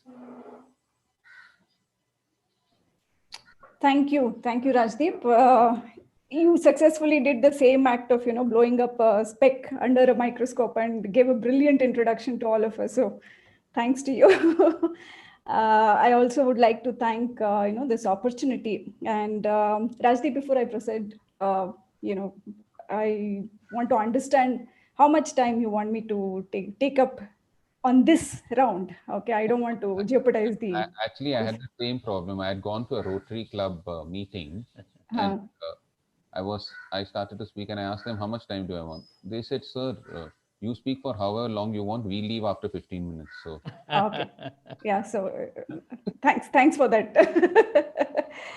Yeah. So I was very intrigued and interested by the subject chosen, and I will start off with two facets that I found very interesting. One is the mention of digital era. It's not just technology. I think a revolution is being brought about because of the digital enablement. While the tech revolution, as we started, calling it about 2 decades back, did have its impact and laid the foundation. But I think what we are seeing, the phenomena in the more recent years, is definitely the digital revolution. And I think I found it very interesting that has been the premise, right? And very rightly also identified is the overall aspect of business that this phenomena is touching, which is, of course, entrepreneurship, leadership, but also the corporate governance.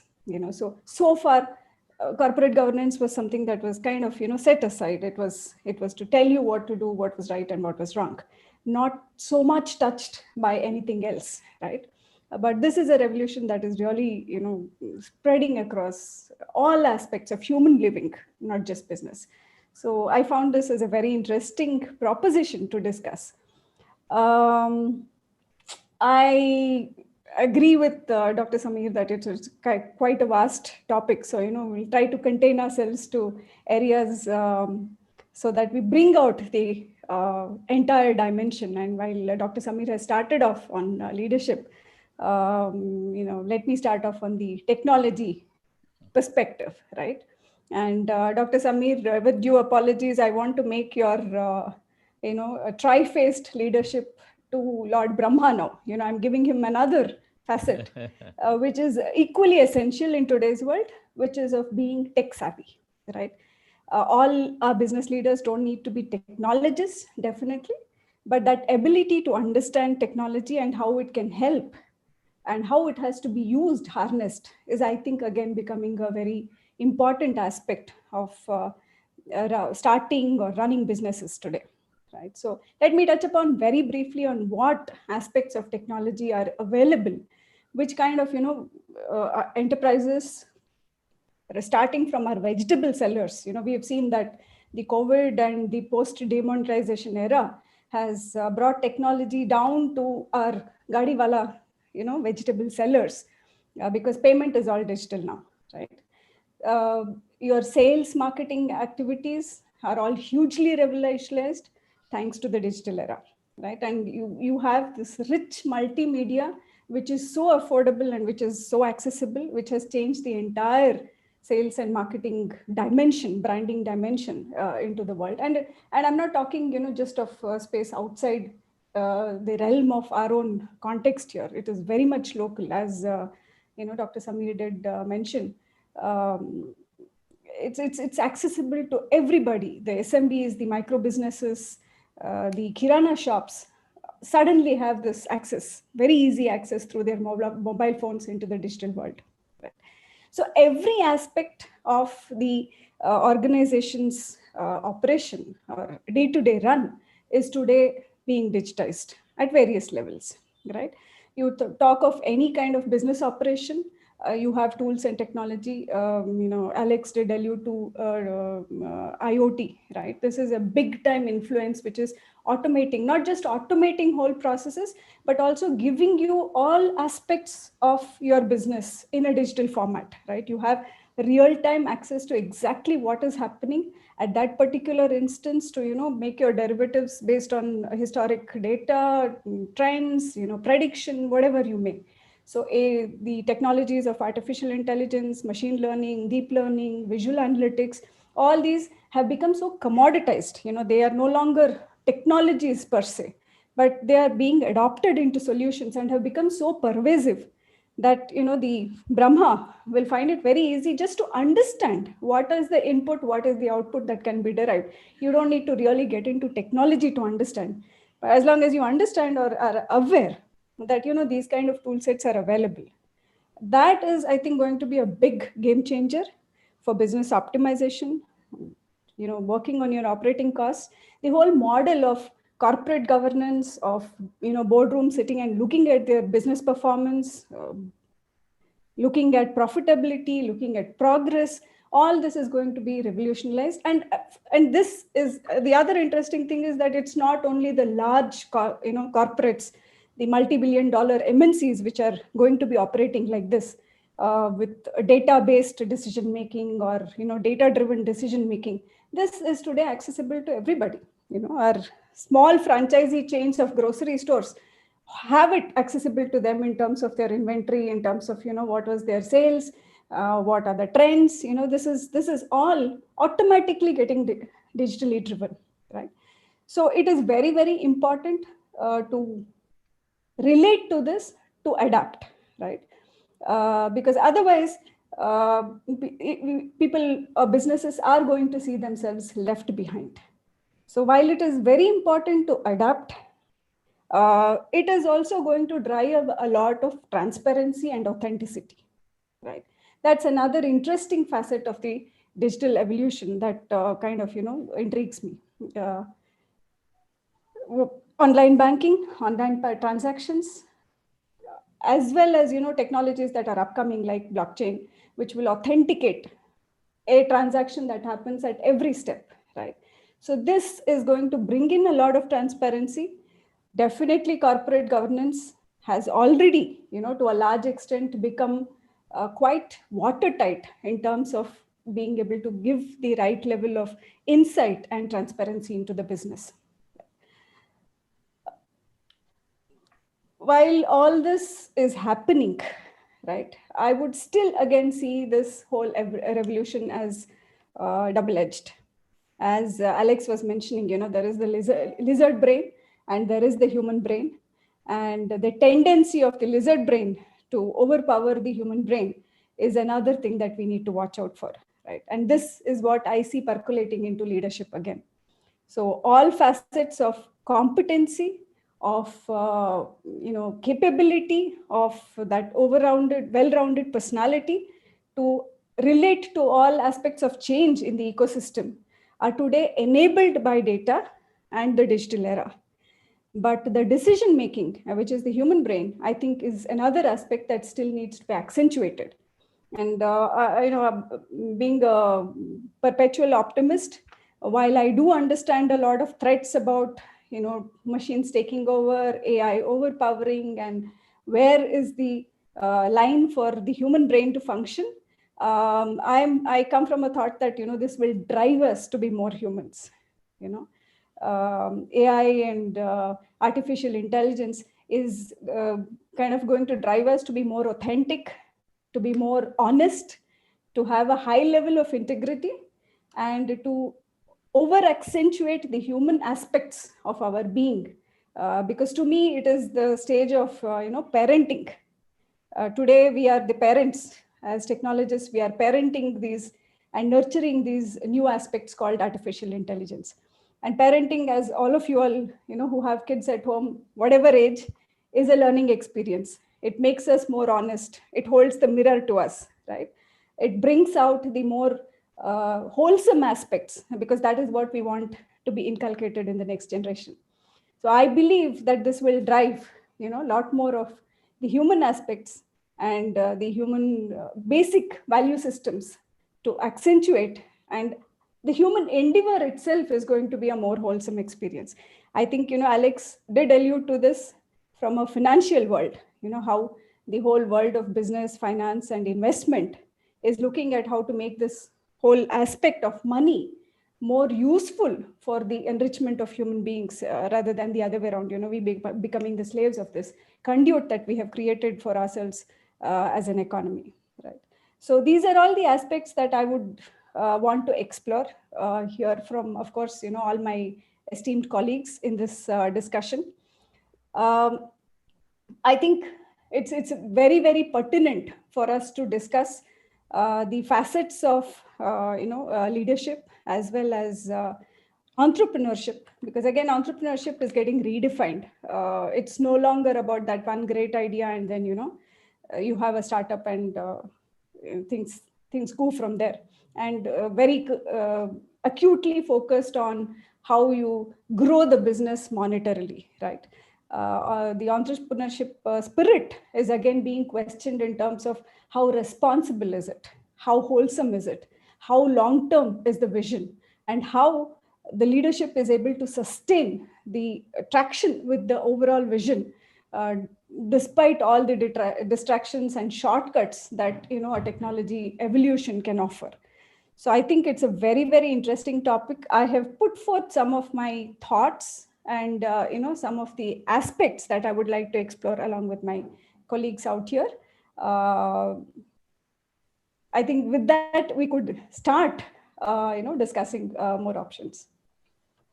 Thank you so much, madam, for that wonderful insight on how digitization has reached the common man and reached the common vegetable vendor, and how IoT, artificial intelligence, is now a daily part of my life. And in fact, I have a friend who lives near my house who has sensors in his fridge. It's an IoT device where if the number of eggs fall below 3 in his fridge, it automatically sends an SMS to the More Superstore, which is in this area. And there is a replenishment of eggs of 12 eggs, which comes in, right? And so everything is speaking. Your IoT, your sensors are found everywhere. You were talking about Brahma. These are the Shivas with the third eye. Your air conditioner has sensors, IoT, which regulates the temperature. Your smart LED bulbs.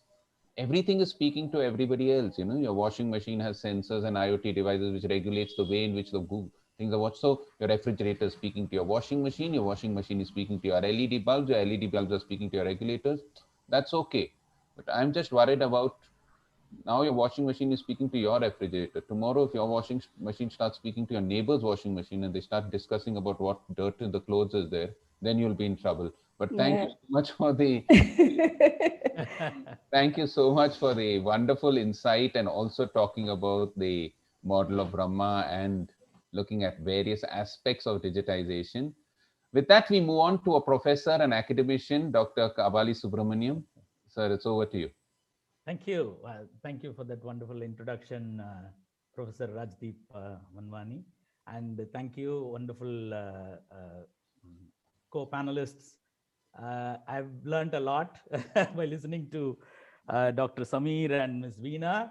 Wonderful thoughts. And let me start by congratulating Jain University for putting up this wonderful conference. As Ms. Veena rightly pointed out, very interesting phenomena as they have taken. Leadership, corporate governance, and entrepreneurship. And very interestingly, the context is digital. So that makes it's very interesting and more relevant in today's context. So I'm going to share some of my thoughts from an academic perspective. As Professor Rajdeep said, I'm the only academic in the panelists, of course, a full-time academic. So from that perspective, and I should thank Dr. Samir for giving us this wonderful insight, because being an academic conference where I believe that 189 plus members, most of them are academics. So he gave a very wonderful insight. So let me thank him. And also I just want to highlight that model. And he suggested a model of an academic, not only just research, teach, but also consult and involve in executive education. So I call it as academic 360 degrees, a 4D model. Being a teacher, trainer, consultant, and a researcher. Thank you for underlining that. And also he mentioned during his talk that one of his colleague was behind the industry for getting their time out to have a what should I say, a perspective on his paper.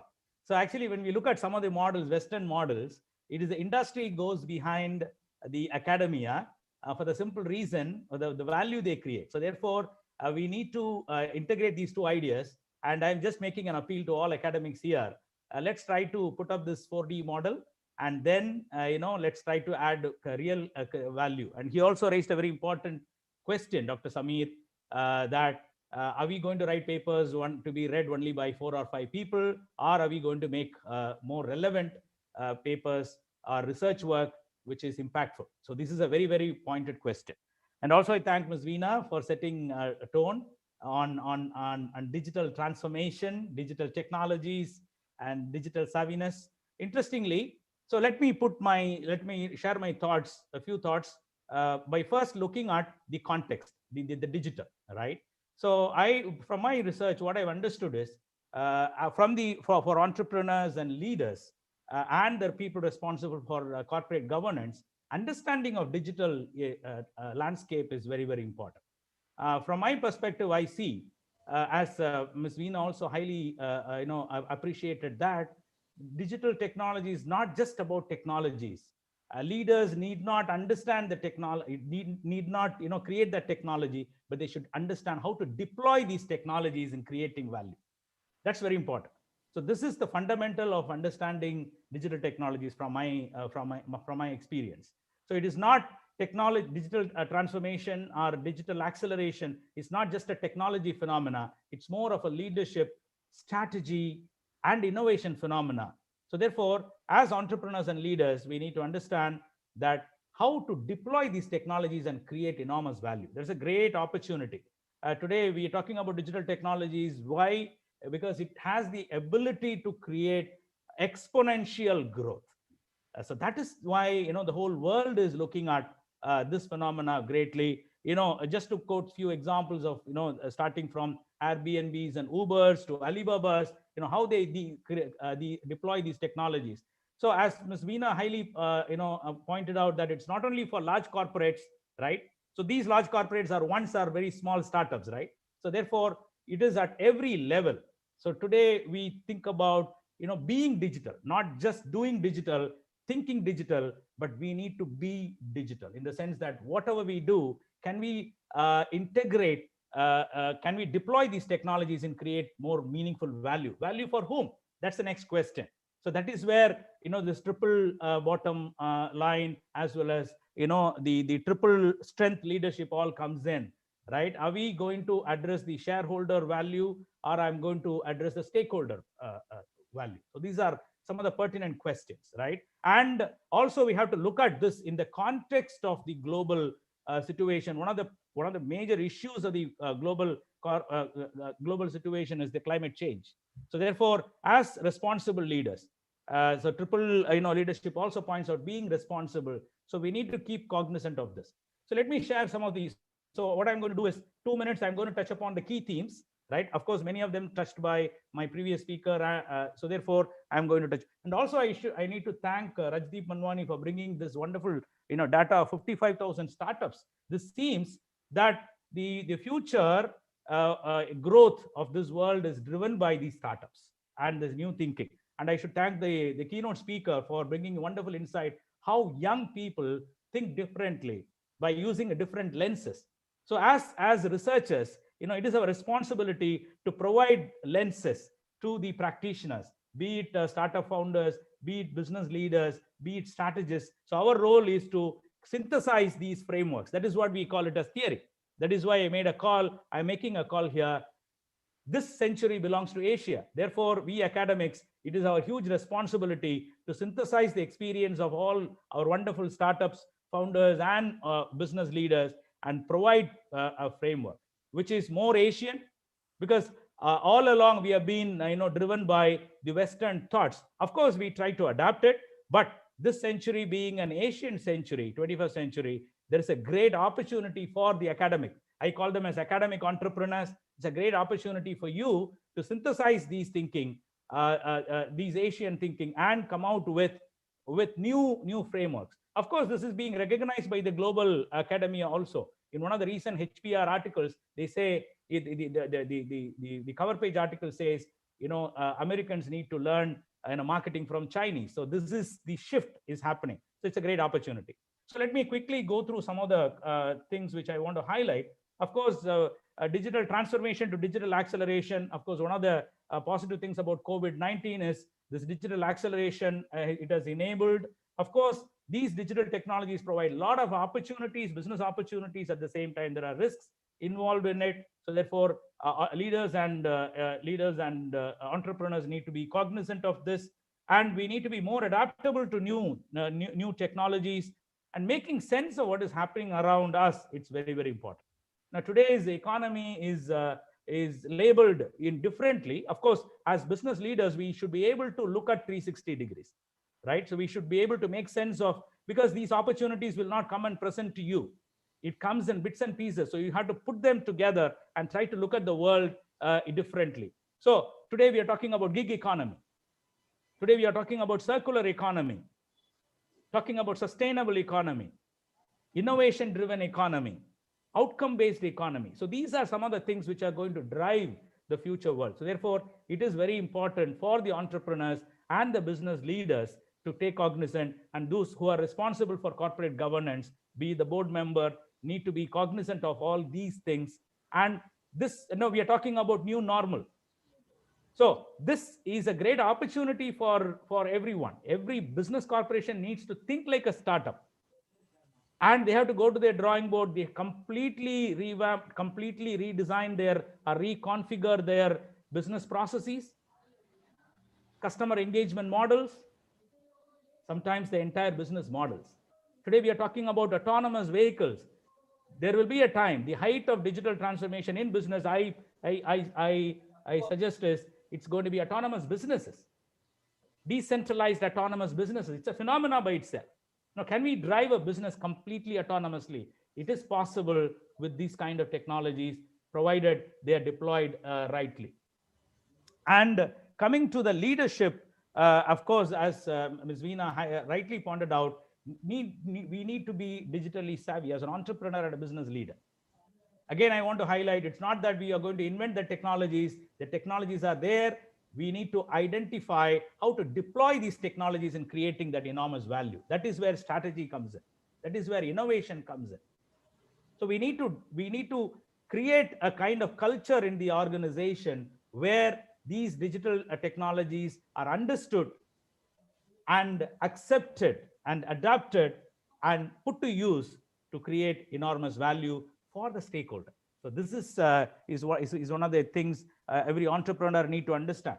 And secondly, very importantly, spotting talent. Today, the entire transformation is driven by people. So therefore, spotting talents is very, very important in that sense. And of course, as all these opportunities comes with risks, so therefore we need to have the right kind of corporate governance frameworks. Of course, there are evolving models. Even recently also, I was just looking at a pharma company. They have come out with a very interesting evolving model of corporate governance and data ethics. So we're talking about the entire digital transformation is on the bedrock of datafication. We call data capitalism. We call data as the new oil.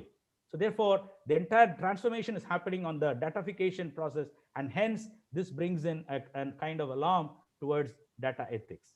So at the government level, they are taking a lot of initiatives. At every level, we need to be cognizant of this, and the growth should be more responsible and sustainable, right? So these are some of the thoughts I just want to start with. Of course, I can add in the course of time. Thank you very much for wonderful opportunity.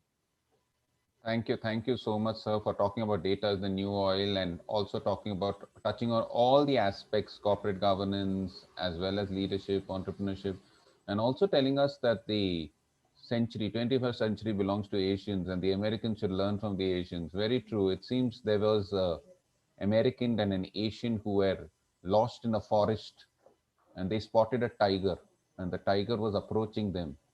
The American started running for his life, but the Asian, he immediately took out his bag and he started removing his running shoes, and the American told, "You're mad. Why are you removing your running shoes now?" He said, "My only objective is to run faster than you." So we have to learn from the Asians, and very well said, sir. Let's move on to the last panelist for the day, Mr. J.P. Shivakumar Swami. Good morning, Dr. Rajdeep and all the fellow panelists. Getting to the panel discussion at the very end puts you in a tight spot because most of the topics have been covered. So when we want to discuss about new frontiers, it's extremely important for us to understand the journey so far, without which we can't understand the new frontier. If you look at the journey, the first batch of Homo sapiens started moving out of Africa 45,000 years. And when they started moving out, there were other species which are related to us, the Homo erectus and Neanderthals and everything. Over a period of time, the Homo sapiens made sure they were globally present and the other species have vanished. So this exhibited two specific characteristics of Homo sapiens, which is globalization and dominance. Now, if we travel the journey further, when you look at the Alexander the Great, in an era where we did not have fast-moving automobiles, he went on to conquer the world. Repeat come Ashoka, repeat up to the British trying to occupy the whole world. So this is how the journey went through. While this journey was going through, we also saw several industrial revolutions happening. Now, along with the industrial revolution, the World War II brought the new order into the entire global arena. So from a physical dominance of being present in the respective geography, we started looking at establishing enterprises which will start doing economical dominance. So the two characteristics of the Homo sapiens, which is globalization and dominance, combined with the technology revolutions, helped the enterprises to look at becoming global leaders. I think that's what happened. Now, subsequently, we started talking about automobiles coming in, which started shortening the distance between geographies. Aeroplanes came, then we started calling the world a global village. Now, when we continue with this era, digitization, the internet is what made the global one connected world. That's where we are. Now, my fellow participants have already covered the macro level. So I would focus specifically on the micro aspects of an entrepreneur, leadership, and corporate governance. That's what I would focus on. What was it yesterday and what is it today for an entrepreneur? If you look at entrepreneur, the entrepreneur was somebody who looked at a problem, finding a solution for a problem in the past. In the digital era, people started not only solving the problem, but also creating a need which isn't there. So when you look at creating the need, you talk about the Facebooks, you talk about the WhatsApps. These are all creating a need. At the same time, digitalization of our existing brick and mortar also became a very important aspect. The entrepreneur started looking outside in, where he looked at how I can convert an existing brick and mortar business into a digitized business. It could be the Amazons of the world, Ubers of the world, Olas of the world, or all Airbnbs. All of the problems were there. We had some sort of a solution. Aided by the digital era, the entrepreneur was able to bring out a solution to a brick and mortar business, which became global. So this is where the transformation is happening from the past entrepreneur to the new age entrepreneur. The second important aspect in the past used to be the entrepreneur in the past, like 20 years back. What would happen is a bunch of friends would work and get together to start an enterprise. Now, in the present day world, it's a very, very specialized world. Rather than looking at doing everything in one place, we need to look at becoming collaborative. The present day entrepreneur in a digital era should figure out how does it collaborate with experts in different fields. It gives a different problem altogether. The experts have their own ways of thinking, and bringing them together is not an easy thing. So that means the entrepreneur has to now start defining the purpose of establishing this business and should be able to convince the stakeholders on the purpose. Only when the purpose is understood, the experts who collaborate together to come up with a great solution. So this is definitely a shift which is leading us to the new frontier. The other important aspect is the financial investments. Now, Veena could probably not agree with me. When we became entrepreneurs, we all said, let's work for 10, 15 years, collect our moolah and start our business, right? Because money was scarce. Today, money is in abundance. Now, ideas are scarce, money is in abundance. The money is chasing the ideas. So today's entrepreneurs do not need to look at spending their time earning money and then looking at becoming an entrepreneur. So this has dramatically changed the way the businesses are operated, businesses grow. The fourth important aspect I would like to touch upon in an entrepreneurship is today we used to say there are only two major players or three major players in any vertical and any niche. But as we are looking today, it's becoming more dominant one in any industry. At the same time, the past entrepreneurs used to look at, I'll start with my geography, then spread to my neighborhood. I go from Karnataka to Tamil Nadu to Andhra. The digital era made us one connected global world. So the aspiration of the entrepreneur has to be, how do I address the global market in the shortest possible time? If the entrepreneur does not focus on it, then he has lost a great opportunity, because somebody else would take the idea, may not be the first, be the second, but has the muscle power, has the financial backing and the ability to address the business globally. So a great idea which entrepreneur becomes the first actually loses out to somebody who comes the second. So this is the fourth facet of entrepreneurship one should focus. The fifth one is scale of operation. In the past, like I was explaining, one would focus on a smaller geography, which is no more possible. We need to look at the globalization. When you look at globalization, it also comes, for example, somebody builds a transportation solution. They need to look at localizing the solution for the needs of Americas, needs of Europe, which has all different set of rules and regulations. So now the entrepreneur today has to have a deep understanding of every geography and localize their solutions for the respective needs. It could be a food industry, which needs to change the flavors based on the local needs, to the high-tech digital era, where the rules and regulations, the way people operate, are going to be very different in each geographies. So this becomes a very important aspect for the entrepreneur to consider while he is setting up the organization. So now, the other facet of today's panel discussion is leadership. How the leadership is evolving from the past to the future is a very important thing. In the past, leadership is lead by example, lead from the front. Today, that the entire leadership is evolving into different ways of doing a different life cycles of the project. For example, when you start a project, you're leading by example. When the organization is growing, you're actually a collaborative leader. When the organization matures, you're a servant leader. So leadership style has to evolve with the life cycle of the organization. And it's very important for the entrepreneur to accept that he may not have all the skills. So that means that as a leader, he should be willing to get an external help into the business because he doesn't have those leadership skills or entrepreneurship skills. So today you see a lot of tech wizards who start the company become CTOs of the company, and a CEO is hired by him or by the investor.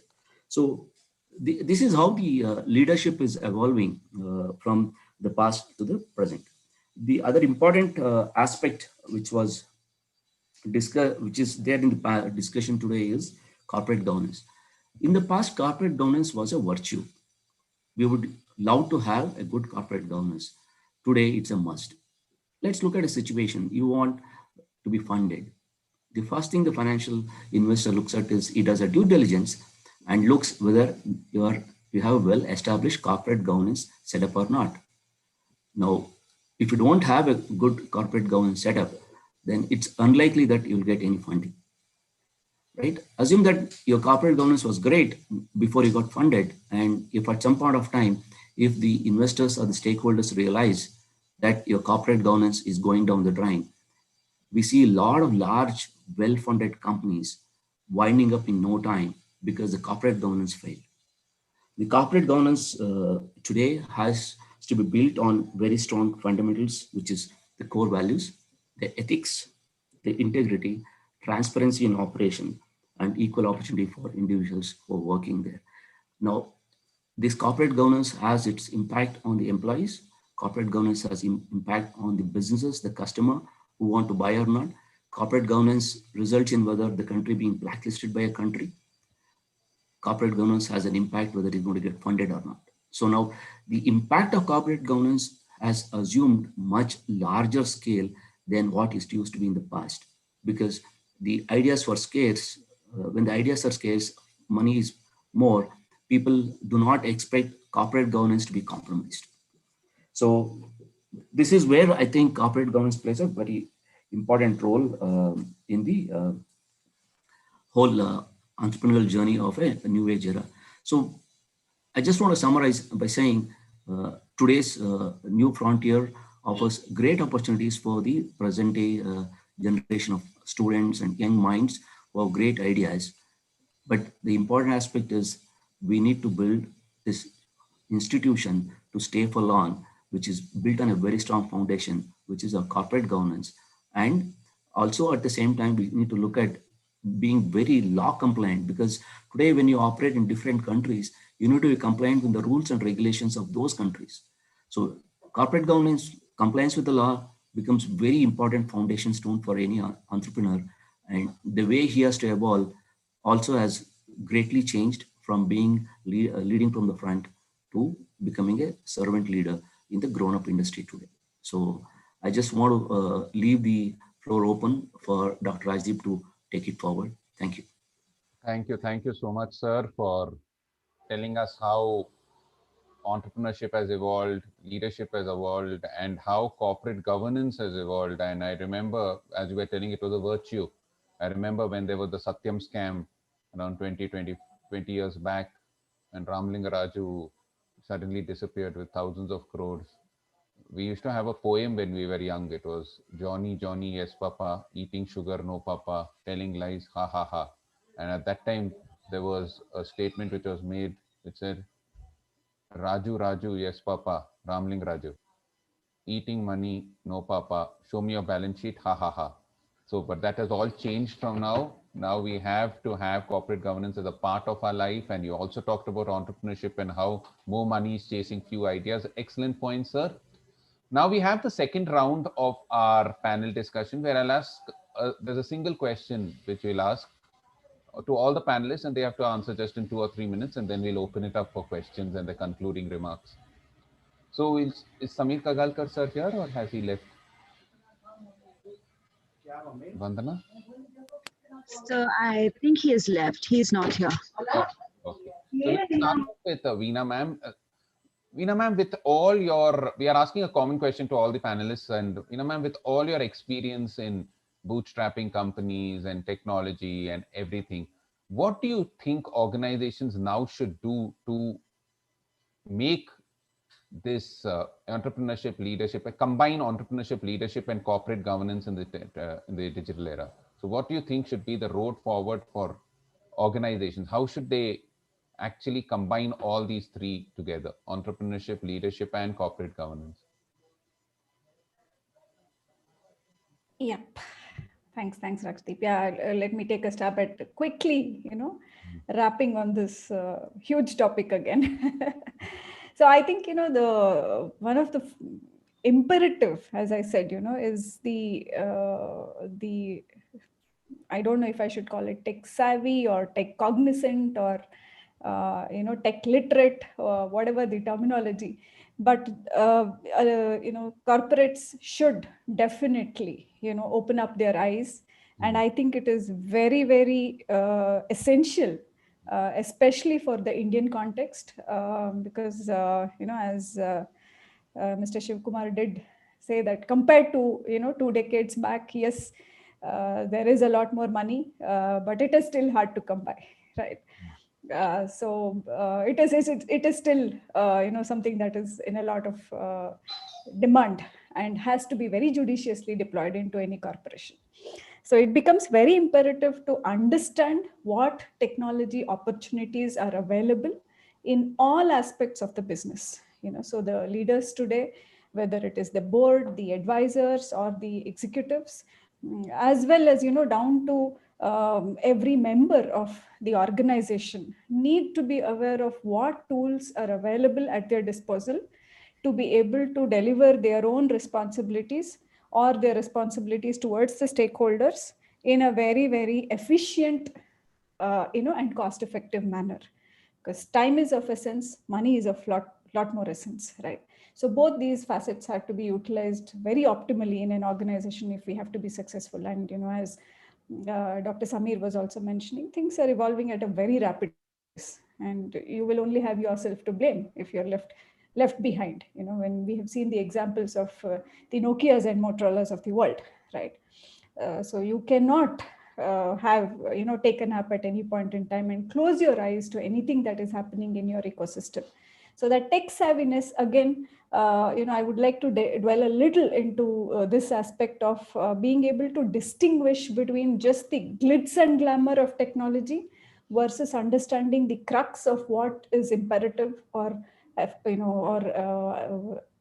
the efficacy for your business and for your operations. I think that is the discerning that needs to develop in any corporation, right? The organization should understand what the key parameters of the business are the most critical for their operations, for their processes.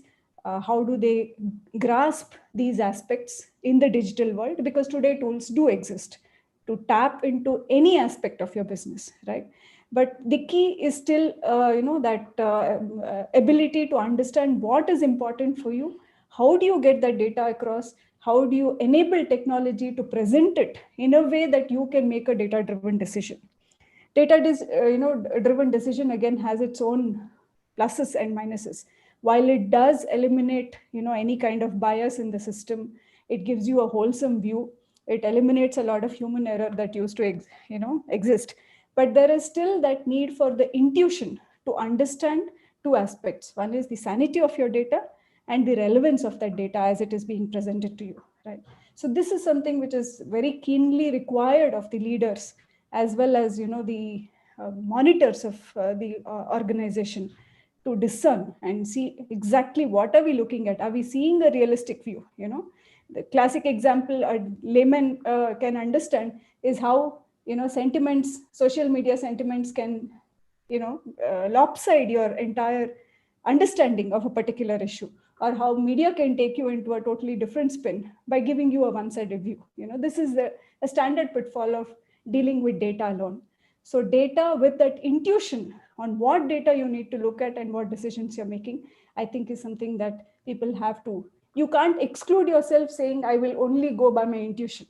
I think as Asians, as Indians, there's a lot of affinity to, derive from your own insights or your experiences, because a lot of the, of course, new age, we are all, first generation entrepreneurs, many of us, but there is still this efficacy to fall back into your experience and, make your decision making as an experience rather than switch to data. So I think there is a need to switch, but switch with the intuition of what is required and needed for your business. So that is something that people need, especially the new age entrepreneurs as well as leaders who monitor the organization and chart its path, have to be very, very cognizant of. The second is also, the business operations as you're optimizing. Similar thing, there's a lot of hype around the latest cutting edge, AI, ML, yes, predictive analytics, yes, buzzwords.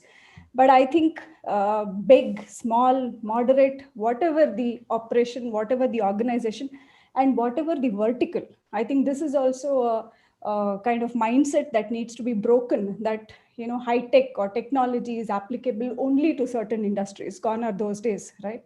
Today, technology is cutting across and enabling all verticals, all segments, be it a very nuanced thing like healthcare to your brick and mortar construction and civil works and real estate. So any aspect of business today cannot be devoid of the tools and technology that is available.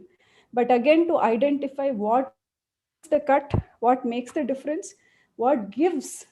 Another difficult aspect of deploying technology is to be able to articulate the ROI. A lot of entrepreneurs who are building these solutions face this problem of being able to articulate. Similarly, businesses who incorporate technology also find it difficult to articulate because there is that lack of clarity of what needs to be done, right? So today's solution, as again Mr. Shivkumar alluded to, is very, very collaborative. Technologists cannot be devoid of business realities of where they are providing solutions and vice versa. So industries who are deploying need to be aware of what exactly they want to translate, into the technology solution and to derive the maximum bang for the buck. So this collaboration is becoming very imperative to articulate your business problem and for the a technology provider to understand exactly what is the use case that you're dealing with, and hence.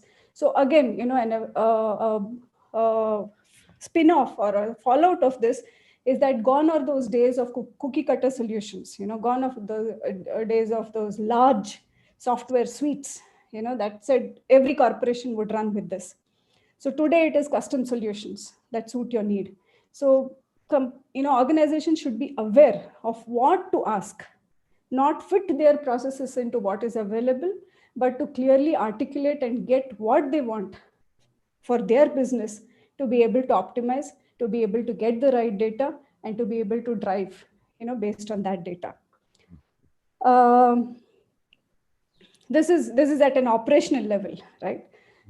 We look at corporate governance, we look at leadership. I think again, the paradigm shift needs to happen to look at these aspects in a different perspective. Yes, a global, view is very essential. You cannot build products or solutions or your offerings just siloed to your own immediate vicinity. Otherwise, you're missing on opportunities. I think, I used to be impressed way back 10, 15 years back when farmers from near the coastal regions, did innovative packaging and started exporting, their fruits and, food products to Dubai and to the Western world. That's innovation, right? At those times. Today it is available. The global reach is available to one and all. So that aspect of, changing the mindset from being local to thinking global, but localizing, so that paradigm shift, which, Mr. Shivkumar really brought out, that is very essential for leadership. Also, it is very, very essential to be inclusive leaders. So since you have a gamut of things to have your vision on, it is very, very important to bring in insights from all aspects. So leadership also has to transform to be inclusive, to be more listening, and then making decision rather than the top-down kind of approach of entire leadership system has to. So the paradigm shift has to happen. The mindset shift has to happen, whether it is at grassroots level where people are managing. The so-called managers are gone in the system today, right? The millennial workforce is very different in their approach, in their thought process. So the whole paradigm of managing and leading has to undergo the transformation, both while looking at how do you motivate, how do you bring in the right kind of talent, complementary skills, and how do you maximize the output from your resources, to your external view of how you look at your market, how do you position, how do you reach, how do you sell. The whole dimension has been influenced and transformed by the digital era, right? So the leadership and the the entrepreneurial thought process has to think all aspects and and gear itself to move ahead. I would just one last comment that I would end with, Rajdeep, is that all this has to happen on the firm bedrock of a very, very sound human personality. I think otherwise the pitfall is equally dangerous. If we right, as the others rightly pointed out, if we forget our ecosystem, if we forget the society around us, if we forget to take all aspects of the humanity around us along with us in this play, it is going to end up in a lot of disasters, which I think institutions have to really look at this aspect of building that foundation of sound human beings. It's no longer leaders as influencing personalities, but they have to be persons, because of their own persona, they are the influencers of the society. So it's a very well-rounded, strong personality that is required to lead a big or small corporation out into the digital world. Thank you so much, ma'am, for that very, very broad perspective. I thought you brought out the 3Ds, that is digitization and data driven. The second D was the discernment and the discrimination which you have to do, and finally take the decision with due diligence. So that's what I got from your speech, and wonderful. In fact, Narayan Murthy used to always say in Infosys that we trust in God but believe in data. So we have to have that aspect taken care of. Now we have our professor from Muscat, Dr. Kapali Subramaniam, who can just take a small dig at that as to what should organizations do now to balance these three aspects of entrepreneurship, corporate governance, and leadership. Just as fast as you can so that we can open it up for questions, sir. Yeah.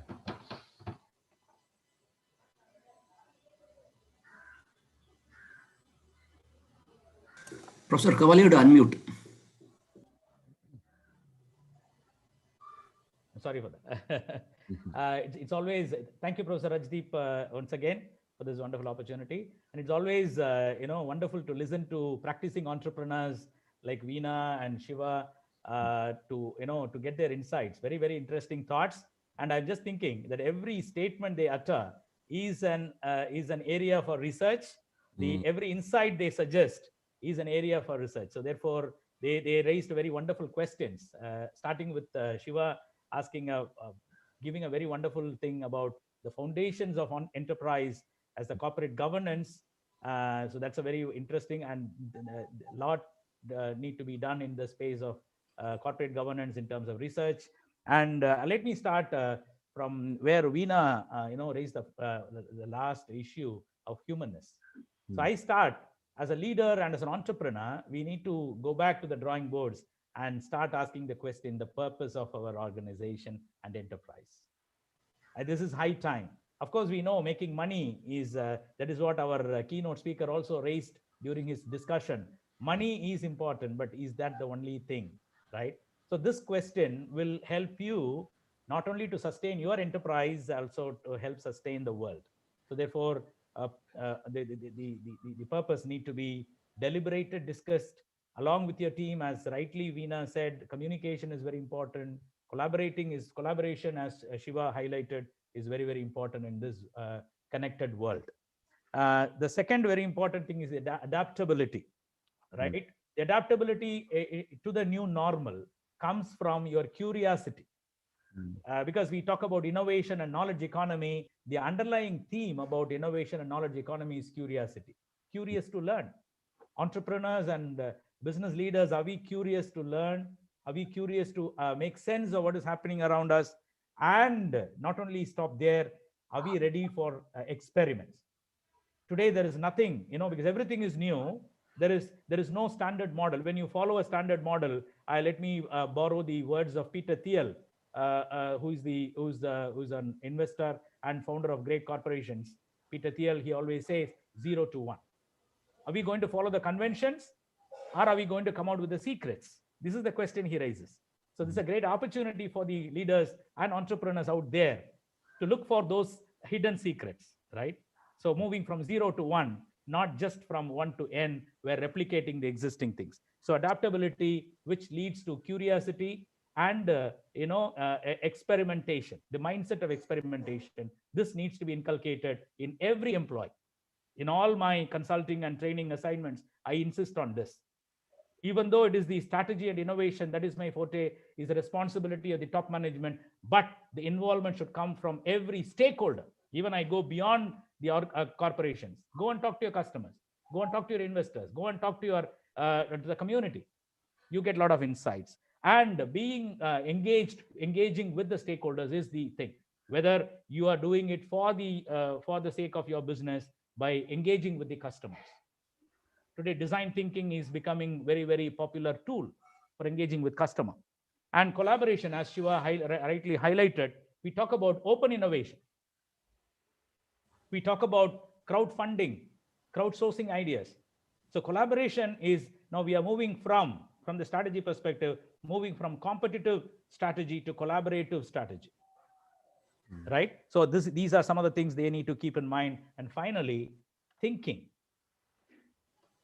All our actions precedes thinking. So we need to develop our thinking systems. That is why I suggest all my entrepreneur friends that you need to invest in your thinking. Thinking is natural, but strategic thinking is not.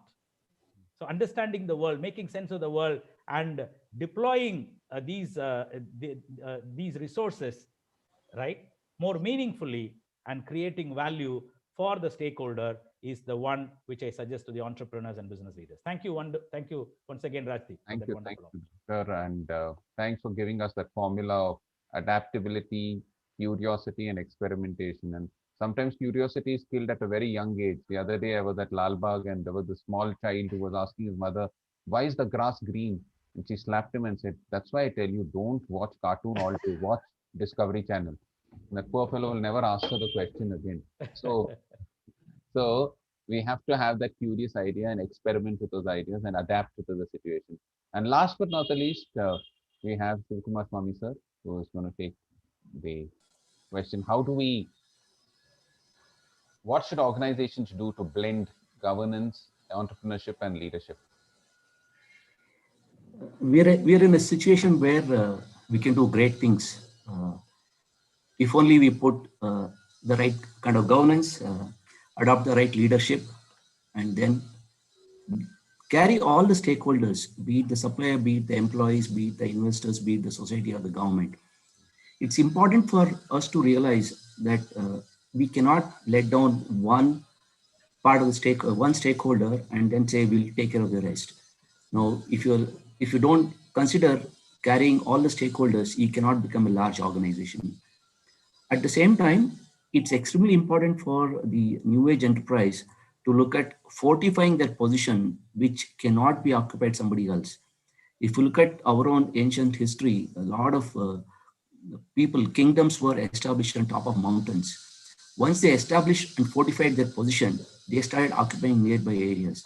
The new age digital era gives a very similar opportunity where you fortify your position in one niche area, then start expanding into other areas to become a large conglomerate. So today's entrepreneurs have a great opportunity to establish themselves and prove to the world that they can be good to the society, good to the employees, good to the stakeholders, good to the government, and good to themselves. With that, I'll conclude. And allow Dr. Hajib to open up for Thank question you and answers. so much. Thank you so much. You have to fortify your position and respect all the stakeholders. It's a 360 degrees, as everybody has said. So everything should be respected equally. Now we have very little time for the questions, but we'll open it up for questions, and we have our very beautiful host Vandana, who's going to take this forward with the question. Yes, sir. Yeah.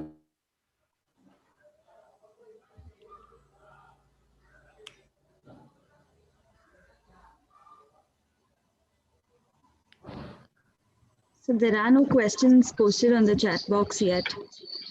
I think so. Everybody wants to go for lunch.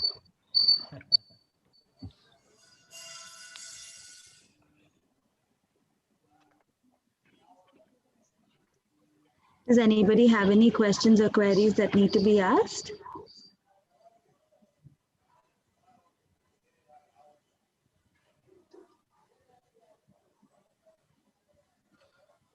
The cable.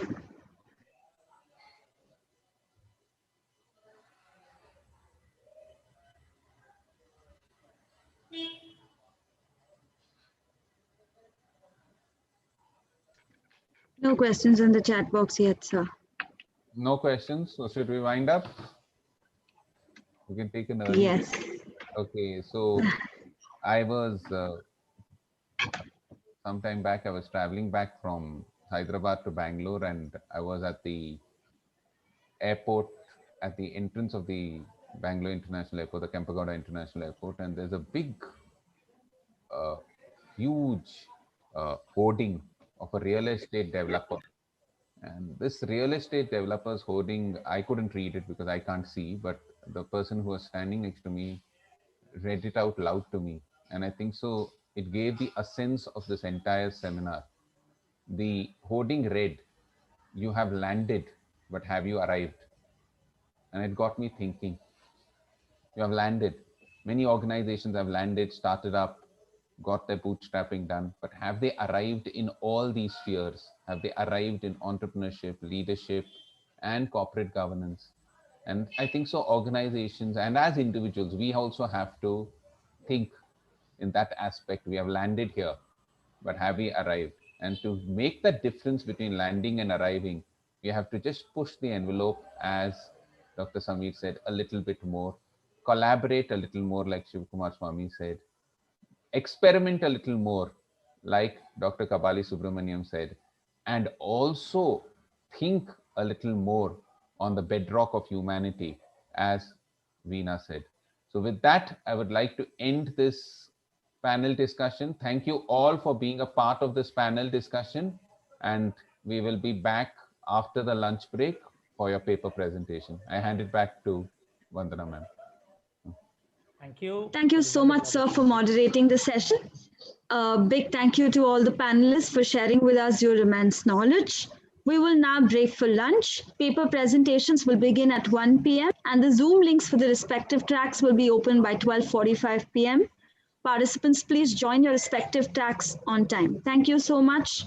Have a great lunch. Don't leave. Thank you. Thank you for Don't the wonderful leave. opportunity. Don't leave the I meeting. take this opportunity to thank Dr. Renu for inviting me. Thank you. Thank you. Thank you. Thank you so much. Bye-bye.